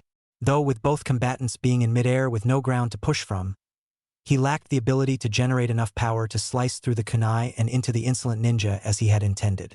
Instead, both fighters shook for dominance in the air until they came to land on the water's surface. where Kakashi shot back quickly to create distance from the powerful weapon. The two powerful shinobi became blurs of movement and motion as they charged again and again, exchanging in short one-blow attacks. Kakashi knew he had the range and power disadvantage in terms of weaponry, and so was forcing the battle to become one of speed, coming into range briefly from different directions and attacking, only to back away and shift location. Lugging around a weapon of that size isn't easy. No matter the training Zabuza has went through to use it effectively, you can't overcome the inherent disadvantage in speed and precision just through sheer will, Kakashi thought to himself as he prepared to launch another offensive. Hidden from view, he created a shadow clone and sent it forwards. He allowed the clone to act disoriented briefly as it looked for an escape following its attack, and when the real Kakashi saw Zabuza move to strike it down, he dashed out from the fog, prepared to lodge a kunai in the back of the swordsman's neck. Really? Attempting an assassination from within a hidden mist jutsu on the most proficient silent killer in any of the 5 great nations? You're cockier than I thought, Zabuza roared, as a water clone rose from the water's surface to slice through Kakashi's shadow clone. The real Zabuza turned and swung a deadly crescent arc with his blade, poised to lop Kakashi in half. Kakashi did not slow down or alter course though, continuing on his path towards the deadly blade's swing. Suddenly Zabuza was pulled off balance as an attractive force acted upon his lower body, forcing him to stagger and lose control of his swing. His eyes widened as he saw the approaching gray-haired shinobi as he desperately formed a one-handed seal with a hand he freed from his blade. Kakashi was slightly surprised. He thought Naruto would intervene with the red repulsive technique he had demonstrated. He wasn't foolish enough to believe that an experienced ninja, especially one from the Hidden Mist Village, would lose their balance on water just due to some choppy waves. Not letting that distract him for long, his blade found purchase, though not in Zabuza's neck as planned. The blade sunk into the rogue ninja's shoulder, as Zabuza directly manipulated the water clone he had made previously to move and deflect the attack, though it was destroyed in the process. For the second time since the fight began, the two war veterans were locked in place, motionless in stark contrast to the raging waters around them, which had been set in furious waves by the numerous clashes at high speeds. Kakashi struggled briefly in an attempt to deal a further blow to his adversary, but Zabuza was too experienced. Instead of panicking due to the injury, Zabuza attempted to use the proximity brought about by his situation to his advantage. The Kubikirabocho was an unwieldy weapon. It took a man as mad as they are powerful to truly wield it, and Zabuza was truly mad. The blade's incredible size meant it was ineffective at such close range, with such little room making it impossible to generate a powerful enough swing to cut through a seasoned shinobi like Kakashi, who was concentrating high amounts of chakra through his system to enhance his physical prowess at all times. And so Zabuza instead drove the massive hilt upwards, using one of his former village's most impressive creations like a hammer, a human-sized hammer. Kakashi stepped back, leaving the kunai embedded in Zabuza's shoulder, and flew through a short set of hand seals at a rapid pace before stopping. Lightning style, spider web, Kakashi placed both hands on the surface of the water, from which a pattern reminiscent of a spider's web stretched out from his palms. The blue interconnected lines formed an area of effect around 10 meters in circumference. Zabuza, who was off balance due to his improvised swing, was too slow to leave the jutsu's effective area and was caught in it. The C-ranked lightning jutsu activated and an electric current was spread all throughout the spider web design, with jolts of electricity arcing and surging. Using the water as a conduit, the jutsu's strength was enhanced and Zabuza was left convulsing in place. With Zabuza momentarily immobilized while he recovered from the attack, Kakashi wasted no time and was racing through another set of hand seals before the last jutsu's effect had even ended. This time he would end it. Once his seals were completed, Kakashi pointed his right arm downwards and grabbed onto his forearm with his left hand. A horrifically loud screeching noise, like thousands of birds chirping all at once, began, and rapidly Kakashi's chakra surged around his hand, and it became visible as he performed a nature transformation directly on his palm. Soon his hand was alight with sparkling arcs of dangerous electricity, which looked to be capable of cutting through lightning itself, which of course it had done. Kakashi's own original jutsu was prepared. Raikiri, lightning cutter, he roared as his technique was complete. The blow was fast, the jutsu accelerating the speed of its user. In the blink of an eye, the battle was over, or it should have been. Instead, Kakashi had pierced through a thick wall of ice? What? Ice release. Kakashi's mind swirled to figure out how this wall came to be, until he sensed the cause. Behind me, on the bridge. The Raikiri was an incredible jutsu, a loose variation on his own sensei's signature jutsu, created with the goal of adding his chakra nature to the pinnacle of shape manipulation. But every jutsu has a flaw. Kakashi had chosen not to unveil the eye hidden behind his headband. He was a little out of shape. Since leaving the ANBU, Kakashi had naturally been sent on easier, more open missions, which had left him ever so slightly out of practice from the life or death fights he was once so accustomed to, and the eye that did not truly belong to him would cost him a great deal of chakra. Left as the only jonin on this mission, for now, and in charge of the protection of his squad, losing too much chakra at this pivotal moment would only threaten to collapse this tenuous mission. However, with this choice he could not use the specific jutsu to its fullest.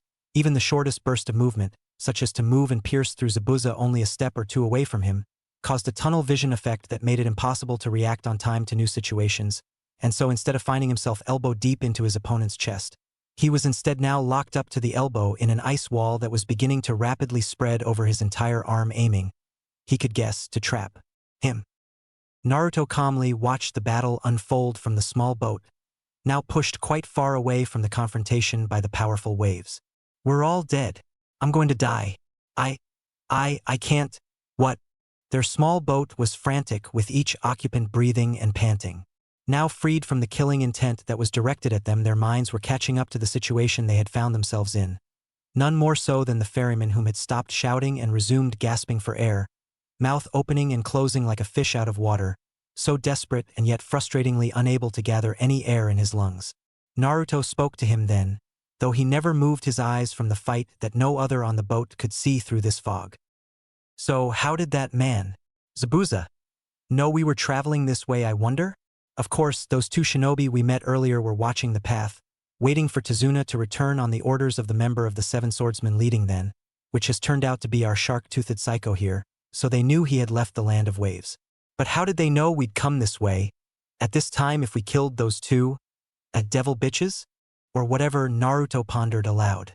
His tone was thoughtful and not necessarily hostile, but the ferryman felt like he was being accused, and it became even harder to breathe, now with another bit of tension added, though this one unrelated to the fight between monsters currently ongoing somewhere in the fog. Naruto continued, as though unaware of the discomfort he was causing the man behind them. "Tazuna, this man is the one who first smuggled you off the island, no?" Naruto asked. There was no reply for a long while, as Tazuna had hardly heard the young blonde boy's question. Too frightened at the thought of that man was he. Too petrified of his life ending and his home being lost forever was he. Too saddened by the thought of his daughter and grandson living like this for the rest of what he was sure would be tragically short lives for the people he most loved. When his brain registered the question, he struggled out an answer. "Well, yes, this is Uraman, a man who has been by my side all my days and been supporting me since I started this bridge," Tazuna replied, not truly understanding the reason behind the question. Sasuke and Sakura too were puzzled at the seemingly pointless question regarding the man who had met them on the shore of the Land of Fire and, though seemingly reluctantly, offered them travel. Naruto hummed to himself briefly before continuing. "Then I suppose you have shared quite a lot about your plan with him? Like the details of your expected time frame and whatnot?" Tazuna bristled at the stupid question. "Of course I did. How else do you expect to reach the wave from your mainland without a boat and someone to sail it?" "Tisk," he replied harshly. Naruto thought for a moment before speaking. "Well, no need to fret over it, I suppose. Your friend's plan seems to be failing after all. Well, not that it's truly his plan, I'm sure. Remember this courtesy, Uraman. After all, we're here to save the land of waves and all its inhabitants. And that includes you. Even if you no longer deserve it, though I'm sure you had your reasons." The other occupants of the boat sat in silence, now coming to the realization that this was no random, unlucky encounter. This had been planned by the very man sat with them. With that, Uraman now began weeping silent tears. His lifelong friend was being targeted for trying to save him, trying to save everyone, and yet he had thought only of his own safety, enticed by a promise of a more lavish life after the wave fell to ruin, and he'd been discovered, outed to that very friend himself, though he supposed that maybe he didn't have the right to that word anymore. Sasuke, when he had picked up the meaning of Naruto's mumbled speech, shot a look filled with a myriad of emotions at the man lying prone, his chest convulsing as he tried to hide his whimpers. Treachery. Why is everyone in this world so damn quick to betray their family? Just like him. Sasuke felt rage build up inside and considered that maybe any who betray and kill their family deserve death. Just as his brother would die at his hands, perhaps this man should too. But before the thought could fester any longer and turn to action, Tazuna spoke. Uraman. Tazuna held a look of hurt as he gazed at an old friend, and yet his words followed a different path. I understand, he whispered. What? Came the shallow reply from Uraman, his voice barely reaching over the lump in his throat. Tazuna looked in the direction he knew his house to be, where Tsunami, his daughter, was waiting with his grandson Inari.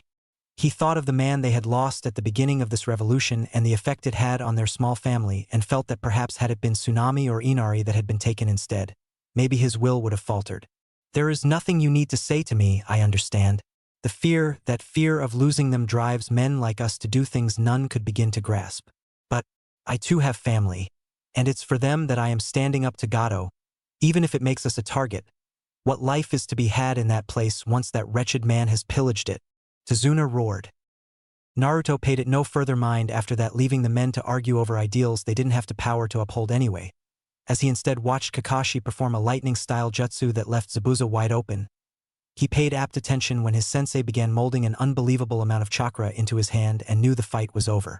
What struck him first about the fight was how quick it was, not necessarily the speed of their movements or the pace of their hand signs, which were still incredibly impressive, but instead how quickly the fight had started and ended. A true battle between shinobi of the highest caliber, and it was already over, one mistake taken advantage of and capitalized on, and it was effectively game over. Kakashi truly is a master of battle. His speed, precision, decision-making, they're all honed to perfection. No wasted movement. His chakra is perfectly manipulated and controlled to create power without wasting a drop. Naruto could not help but marvel at the man who had become his sensei. Yet, something was wrong. All of a sudden, there was another chakra signature approaching the battle, its color a vivid and gleaming white, shining like a lighthouse through the fog. The new figure rapidly manipulated their chakra and performed a jutsu. Shit! Naruto exclaimed as he watched the jutsu prevent Kakashi from ending their opponent's life. The wall rising up shone in the same color as its creator and seemed almost sentient as it began growing over his sensei's arm. What? Naruto, what's happening? Is Kakashi-sensei hurt? Sakura's nervousness returned in full as her attention was stripped from the two old men now hugging and crying, snot all over each other. Hearing her teammate, who so far had looked oddly calm, appear seriously panicked and concerned did not fill her with hope.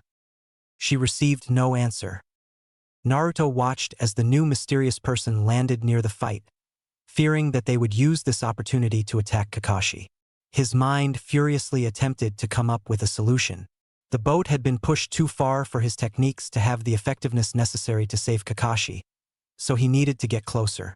He could warp over, but then he would be a sitting duck as he was unable to perform the technique that both Kakashi and Zabuza were using to walk on water. Being unable to do something was Naruto's least favorite thing in the world. He was goddamn Naruto Uzumaki, and yet he was incapable of doing anything more than being a bystander. He had boasted to Kakashi that he could back him up if it came down to it, and so far, all he'd managed was to briefly knock the swordmaster off balance. He needed to grow. He could not allow himself to idle any longer.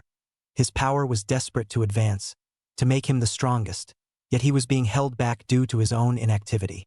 No longer. Naruto focused. He focused his entire being into watching the water at Kakashi's feet. Using his perception of chakra, he watched how it was being output, watched the steady flow of chakra being emitted from the soles of his sensei's feet. Naruto stepped a foot out of the boat, attempting to emulate what he was seeing, matching with his own body what Kakashi was doing. His foot felt resistance and stopped briefly. Naruto put more weight on the foot, almost stepping off the boat entirely, but lost balance due to the volatile water. He tried again, forcing more chakra out, desperate for it to work, and yet it failed all the same. This time, after losing balance, his foot blasted a shot of water away due to the unnecessary amount of chakra being output. So, it isn't a matter of the amount of chakra that was causing the failure, he thought. Naruto paused. What was he missing? How was Kakashi standing so resolutely on the ever-changing water's surface? Perhaps that was it. The water was not a stable surface. Unlike the groundwater was mobile, moving. His chakra needed to adapt to that movement under his foot. He focused harder, pouring power into his eyes, which seemed to glow with an otherworldly blue light as they magnified his view. Zooming in to an almost atomic level, he noticed it now, Kakashi wasn't just sending a constant stream of chakra out of the soles of his feet, the volume of chakra was being adjusted continuously in order to adapt to the water's tumultuous nature. With this new understanding, Naruto now focused his attention to his own feet. He began to apply this new knowledge. He struggled briefly, his feet slipping into the water when hit with a particularly difficult current to match, but slowly he stepped his remaining foot off the boat and stood on the water. His team stared dumbfounded as he achieved a feat of chakra control only meant to be learned after a steady progression which included learning how to walk on solid surfaces like walls and ceilings. But Naruto had skipped that through sheer will and talent. Wah! Sakura gasped. She had been trying to get his attention since he exclaimed earlier and seemed panicked. She watched as he attempted something clearly too difficult for them at their level and continued to question why he was even trying to go over there. She didn't want to think about the only scenario in which that would be necessary, the scenario in which their sensei had lost. But she had to remind herself painfully yet again that Naruto was different from them. No different from her. Sasuke was much closer to Naruto than he was her. Sasuke knew why Naruto was worried. He couldn't see through this damned fog like his blonde teammate, but he was no fool. If Naruto was trying to get over to whatever he had seen, then it didn't bode well for Kakashi's state in this fight. Sasuke had benefited from coming from an exclusively shinobi familial background, even if he didn't get to enjoy long with them. As such, he was privy to a couple of techniques regarding chakra control his brother had shared with him. He bristled at the ease with which he still thought of that man as his brother. Sasuke knew that the water-walking chakra technique was an elevated step of chakra control following after a shinobi learned the wall-walking technique. They followed this order of teaching because, while a wall is stable, all it requires is finding the right amount of chakra output to stick yourself and then maintaining it. He had begged Itachi to teach him this when he was younger, and yet all he had been met with was, "Sorry Sasuke, maybe next time. Enjoy your time with friends instead of worrying over training," his brother had said as he reached out and poked his forehead with 2 fingers, an action that Sasuke had hated, because it meant his brother was leaving. Sasuke was forced to watch bitterly as Naruto stepped off the small boat and stood on the water. For a few moments, a small reclusive part of Sasuke's mind hoped that Naruto would fall through the water's surface, but as Naruto tested himself with a small jump up and down, that bitter hope was dashed. Instead, Naruto left them, disappearing in that strange way that almost seemed like the world itself was the thing moving rather than Naruto. Sasuke was left with Sakura and the 2 crying men on the boat, his hand unconsciously reaching for where his teammate had just been, perhaps in hopes that being in contact with Naruto would have brought Sasuke with him as he left. Sakura's shouts went unheard to their intended recipient as he was now diving headfirst into a battle far too much to handle for a genin on his first mission away from home. Naruto felt it. This was what he needed. The desperation of a must-do situation. A moment where you either do or you do not. There is no try. As soon as he was sure he had the chakra output down, he took off, not even registering the voice of his teammate as she began to call for him. As he had told his sensei way back in their first spar, Naruto had 2 separate and yet intrinsically linked inherited techniques. The limitless technique had the potential to be truly limitless, an undefinable power with no clear ceiling, a power that depended solely on the applications its wielder could conceive, with no history, no tradition to limit his imagination as to what this power was capable of. Naruto had already achieved a great deal in terms of the applications of this technique, and he was about to show off more than he ever had before in the defense of the man he had come to respect and believe would be the one to help him achieve that limitless potential. Utilizing a long-distance teleportation technique that borrowed his power to fold space, he appeared in the air above his sensei. He arrived not a second too late as he watched the new assailant jump to the top of the wall of ice, having prioritized Zabuza's safety before attacking Kakashi, wielding Senbon, of all things. The mysterious attacker was preparing to launch the Senbon at his captive sensei, who meanwhile was masterfully flipping through a string of one-handed seals, in which he had been forced to extend the number of seals in order to make up for his missing hand, in preparation to utilize a basic lightning technique that would shatter the ice by channeling lightning through his trapped hand and into the wall. The Senbon wielder would likely have struck before he could finish performing the jutsu if Naruto had not appeared in that moment, taking all 3 of the more experienced shinobi by complete surprise. This allowed him enough time to launch a powerful kick at the new shinobi whom he was now seeing properly for the first time. The shinobi wore a loose-fitting pinstriped olive-green kimono outfit which stopped at their knees. Over this they wore a lighter green haori with beautiful white trimmings along the edges, and around their waist was a brown sash that had been wrapped around the waist twice, matched with light brown sandals with straps in the same color as the kimono, and nail polish on their fingernails and toenails in a matching green color. Their long, silky black hair was gathered in a bun, while 2 locks of hair fell loose to frame the face. Or it would have if not for the porcelain white mask that covered it. The mask was thin, with curved eye holes and a red wavy design in place of the mouth, as well as the Kirigakure shinobi symbol etched boldly on the top. Seemed well cared for, despite its clear age. The masked shinobi was sent hurling back by the kick. To stun to properly block, all they managed was to get their left forearm in the way. The blow was heavy, unrealistically so, far too much force for a boy that size, and the masked assailant's arm was broken inwards by the force. Kakashi managed to finish his hand seals and perform the jutsu to free himself with the ice wall shattering under the force of the electric current sent through it. He reached out in an attempt to stop Naruto sinking beneath the water but was stunned when his young student landed expertly on the water's surface with barely a wobble. Naruto, you truly are unbelievable. Kakashi could not help but marvel at his student, who seemed to have just decided he wanted to learn an advanced application of chakra control, and so had done it on a whim. Well, seems like I owe you one, Naruto, Kakashi joked with his student moving to stand beside him. Well, it looked like this young girl was about to kill you. I thought you were supposed to be like the strongest person in the village besides the Hokage. Can you imagine how awkward it would have been for me to explain you got killed by a girl wielding toothpicks? Naruto fired back with a smirk up at the taller man. Kakashi laughed. I had it covered. No one asked you to teleport your smarmy little mouth over here and start being mean to your poor old beloved sensei. Naruto only rolled his eyes at the man in response, instead looking towards their opponents. The 2 Konoha shinobi faced off against the duo from Kiri, though oddly their symbols had a striking difference. I'd say it was 3 against 1 with the arrival of a Kirigakure hunter shinobi, but I must say your actions aren't quite what I'd expect of someone supposedly hunting this missing ninja. Kakashi spoke lazily, pointing out the irony of a hunter attacking the wrong shinobi. Perhaps another companion of yours, Zabuza, Kakashi surmised. The gray-haired man ignored the Naruto spoke behind him and began thinking. Usually, a 2-on-2 here would be bad. I don't know, Naruto's or this newcomer's level, they might be evenly matched or totally unbalanced. The fact that a single kick done that much damage does ease my worry, but they were caught off guard. I doubt another blow, even of the same level, would result in the same outcome. An ice-release bloodline. Definitely not a current member of the Hunter Nin, considering the troubles going on revolving people like that, but perhaps an old member from when Zabuza was a member of the 7. If that's the case, I cannot allow Naruto to fight them until I'm 100% sure of his capabilities.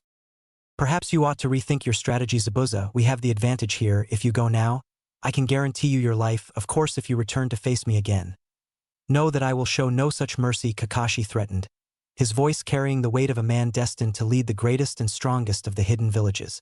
Though Kakashi thought he likely had the advantage in a confrontation, he couldn't take the risk, continuing on with Tazuna and protecting his students, 2 of which were technically unguarded at the moment, was his absolute priority. If he could achieve that without fighting, it would be the right call. Ha! A baby unfit to call himself a shinobi jumps in, and you think you've won. Quite the opposite, his interference only makes you weaker. Haku. Zabuza didn't need to say any more. The now identified Haku, who had shown no reaction to their injury, charged bodily at Naruto. Naruto, feeling the rush of improvement calling charge to meet them. Their right forearms clashed as they met, creating a shockwave of energy that repelled all the water around them. Reaching over with his left arm, Naruto aimed a grab at Haku's collar and pulled his opponent towards him. With a resounding crack, Naruto's forehead met with the white mask and forced Haku to step back, bewildered as the mask cracked down the middle, though not quite fully breaking off. And here I was hoping to see your face. Perhaps you're shy? Don't worry, I have to look at my teammate's ugly mug all the time. If you're not a brooding dark-haired loner, you're automatically better looking than him, Naruto said as he again took a quick step forward, throwing a left hook to the body. Haku, however, remained silent, and instead of rising to the bait, focused on defending. With one arm rendered unusable, they had to be much more careful of any blows aimed at their injured side. Forming a quick one-handed seal, Haku spoke, "Ice release, frozen capturing field." Ice instantly began spreading across the water's surface from below Naruto's feet, instantly trapping them. The frozen area expanded and entrapped Naruto in its center. Taking the opportunity, Haku stood on the ice and threw 2 sunbon at Naruto and followed in behind them, ready to combat the young boy whilst he was trapped.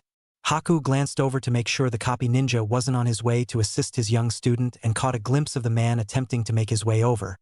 But Zabuza landed a blow, forcing Kakashi away.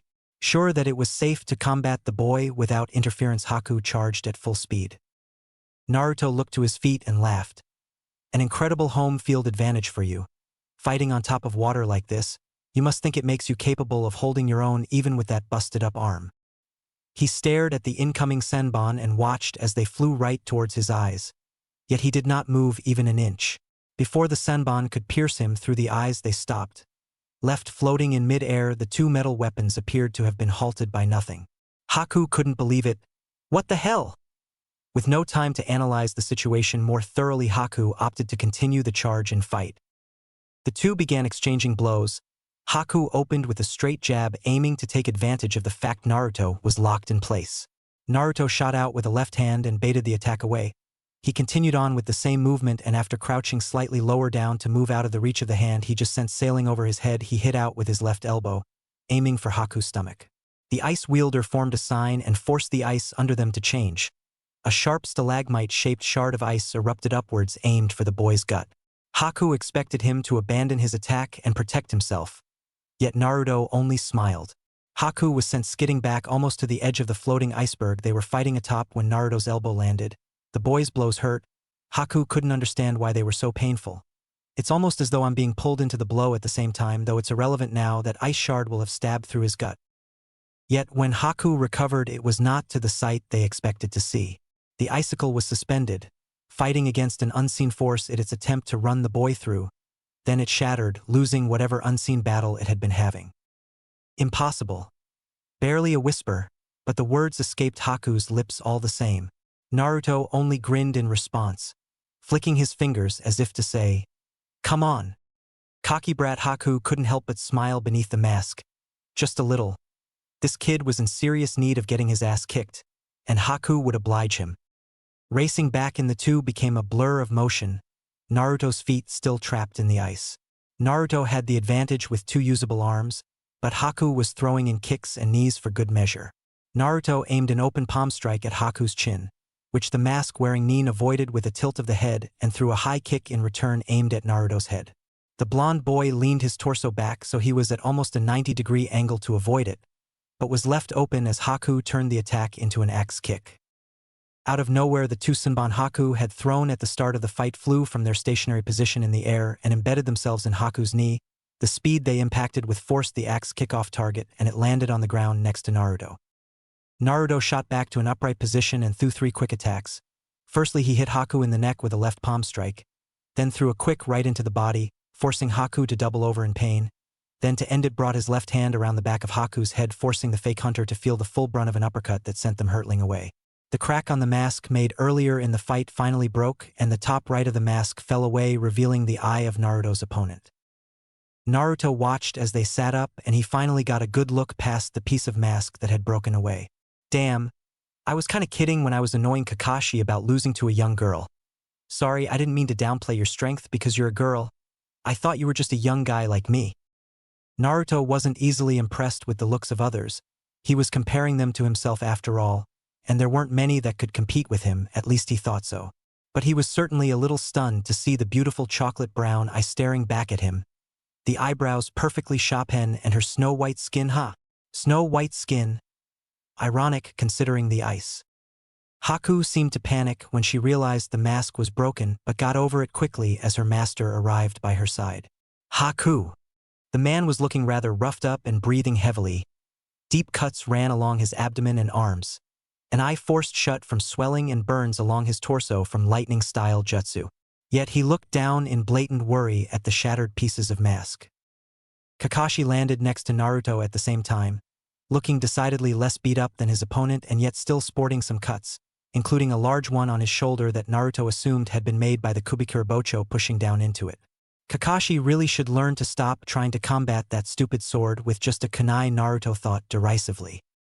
Kakashi looked him over, scanning his entire body and then seeming to relax once he noticed no visible injuries. His eyes, one his usual black and the other a brilliant blood red containing 3 tomo encircling the center pupil, creased up in amusement when they landed on his feet which were still encased tightly in ice. "Need a hand or were you just feeling warm?" the man asked with a smile hidden behind his mask. Hilarious Naruto was unamused. Kakashi watched as Naruto focused and then the ice around his feet rumbled, cracked, and shattered as the boy freed himself. "That stuff's stronger than you'd think. It's constantly circulated with her chakra and capable of healing itself, though it clearly takes a drain on her reserves to maintain it," Naruto supplied. "Huh. Now that is interesting. Did you enjoy your little date?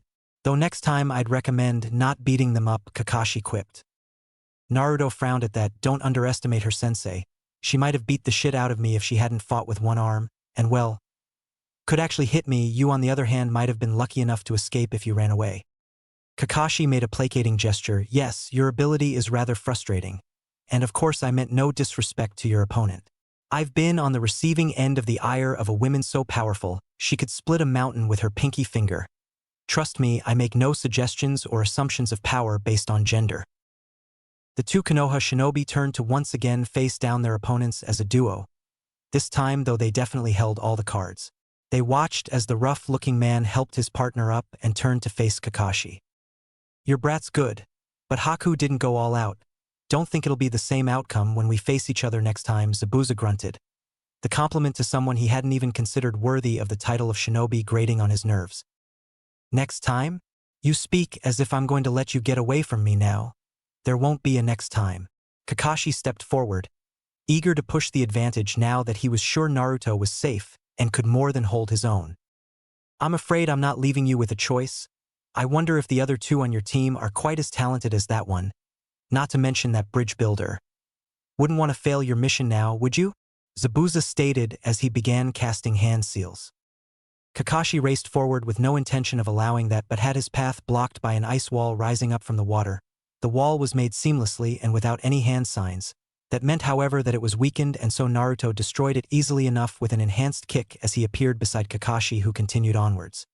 He raced towards Zabuza, who had finished performing a set of hand seals and was about to cast a jutsu in the direction of his students and charge. Water style. Water severing Zabuza's jutsu was cut off before it could be released as Kakashi cut his throat with a kunai. Yet instead of blood seeping from the wound, the man before him collapsed into water as the water style shadow clone dispersed. The same happened to Haku as Naruto landed a blow to the clone and forced it to disperse. Damn it, he used that wall to block our view and make their escape. They had no intention of truly going for the boat. Kakashi sagged briefly, before turning to his student and lowering his headband to cover the Sharingan eye that had been draining his chakra. "Let's head back over. It's time we get into the land of waves." When they arrived back at the boat, they found Sasuke and Sakura standing guard. Kunai pointed. Sasuke was calm and collected, observant, and had his eyes and senses trained on the slightest movement. As such, he was the first to spot them. "Kakashi, Naruto, you're alive," Sasuke said, and his team had to sweat drop at the fact that they couldn't decide if he sounded happy or annoyed by that fact. "Ah, Sasuke, ye of little faith, your sensei could never be beaten by the likes of them," though Naruto, on the other hand, struggled. Kakashi said lightly, enjoying the agitated expression on his blonde student's face. "Sensei, you're okay," Sakura exclaimed with pure joy. Now that was the right reaction to that news, Kakashi thought.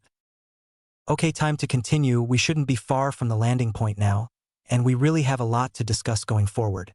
We'll be setting up camp in your home, Mr. Tazuna, okay?" Kakashi asked, but everyone knew he was telling it as it would be. Of course. Thank you for saving us.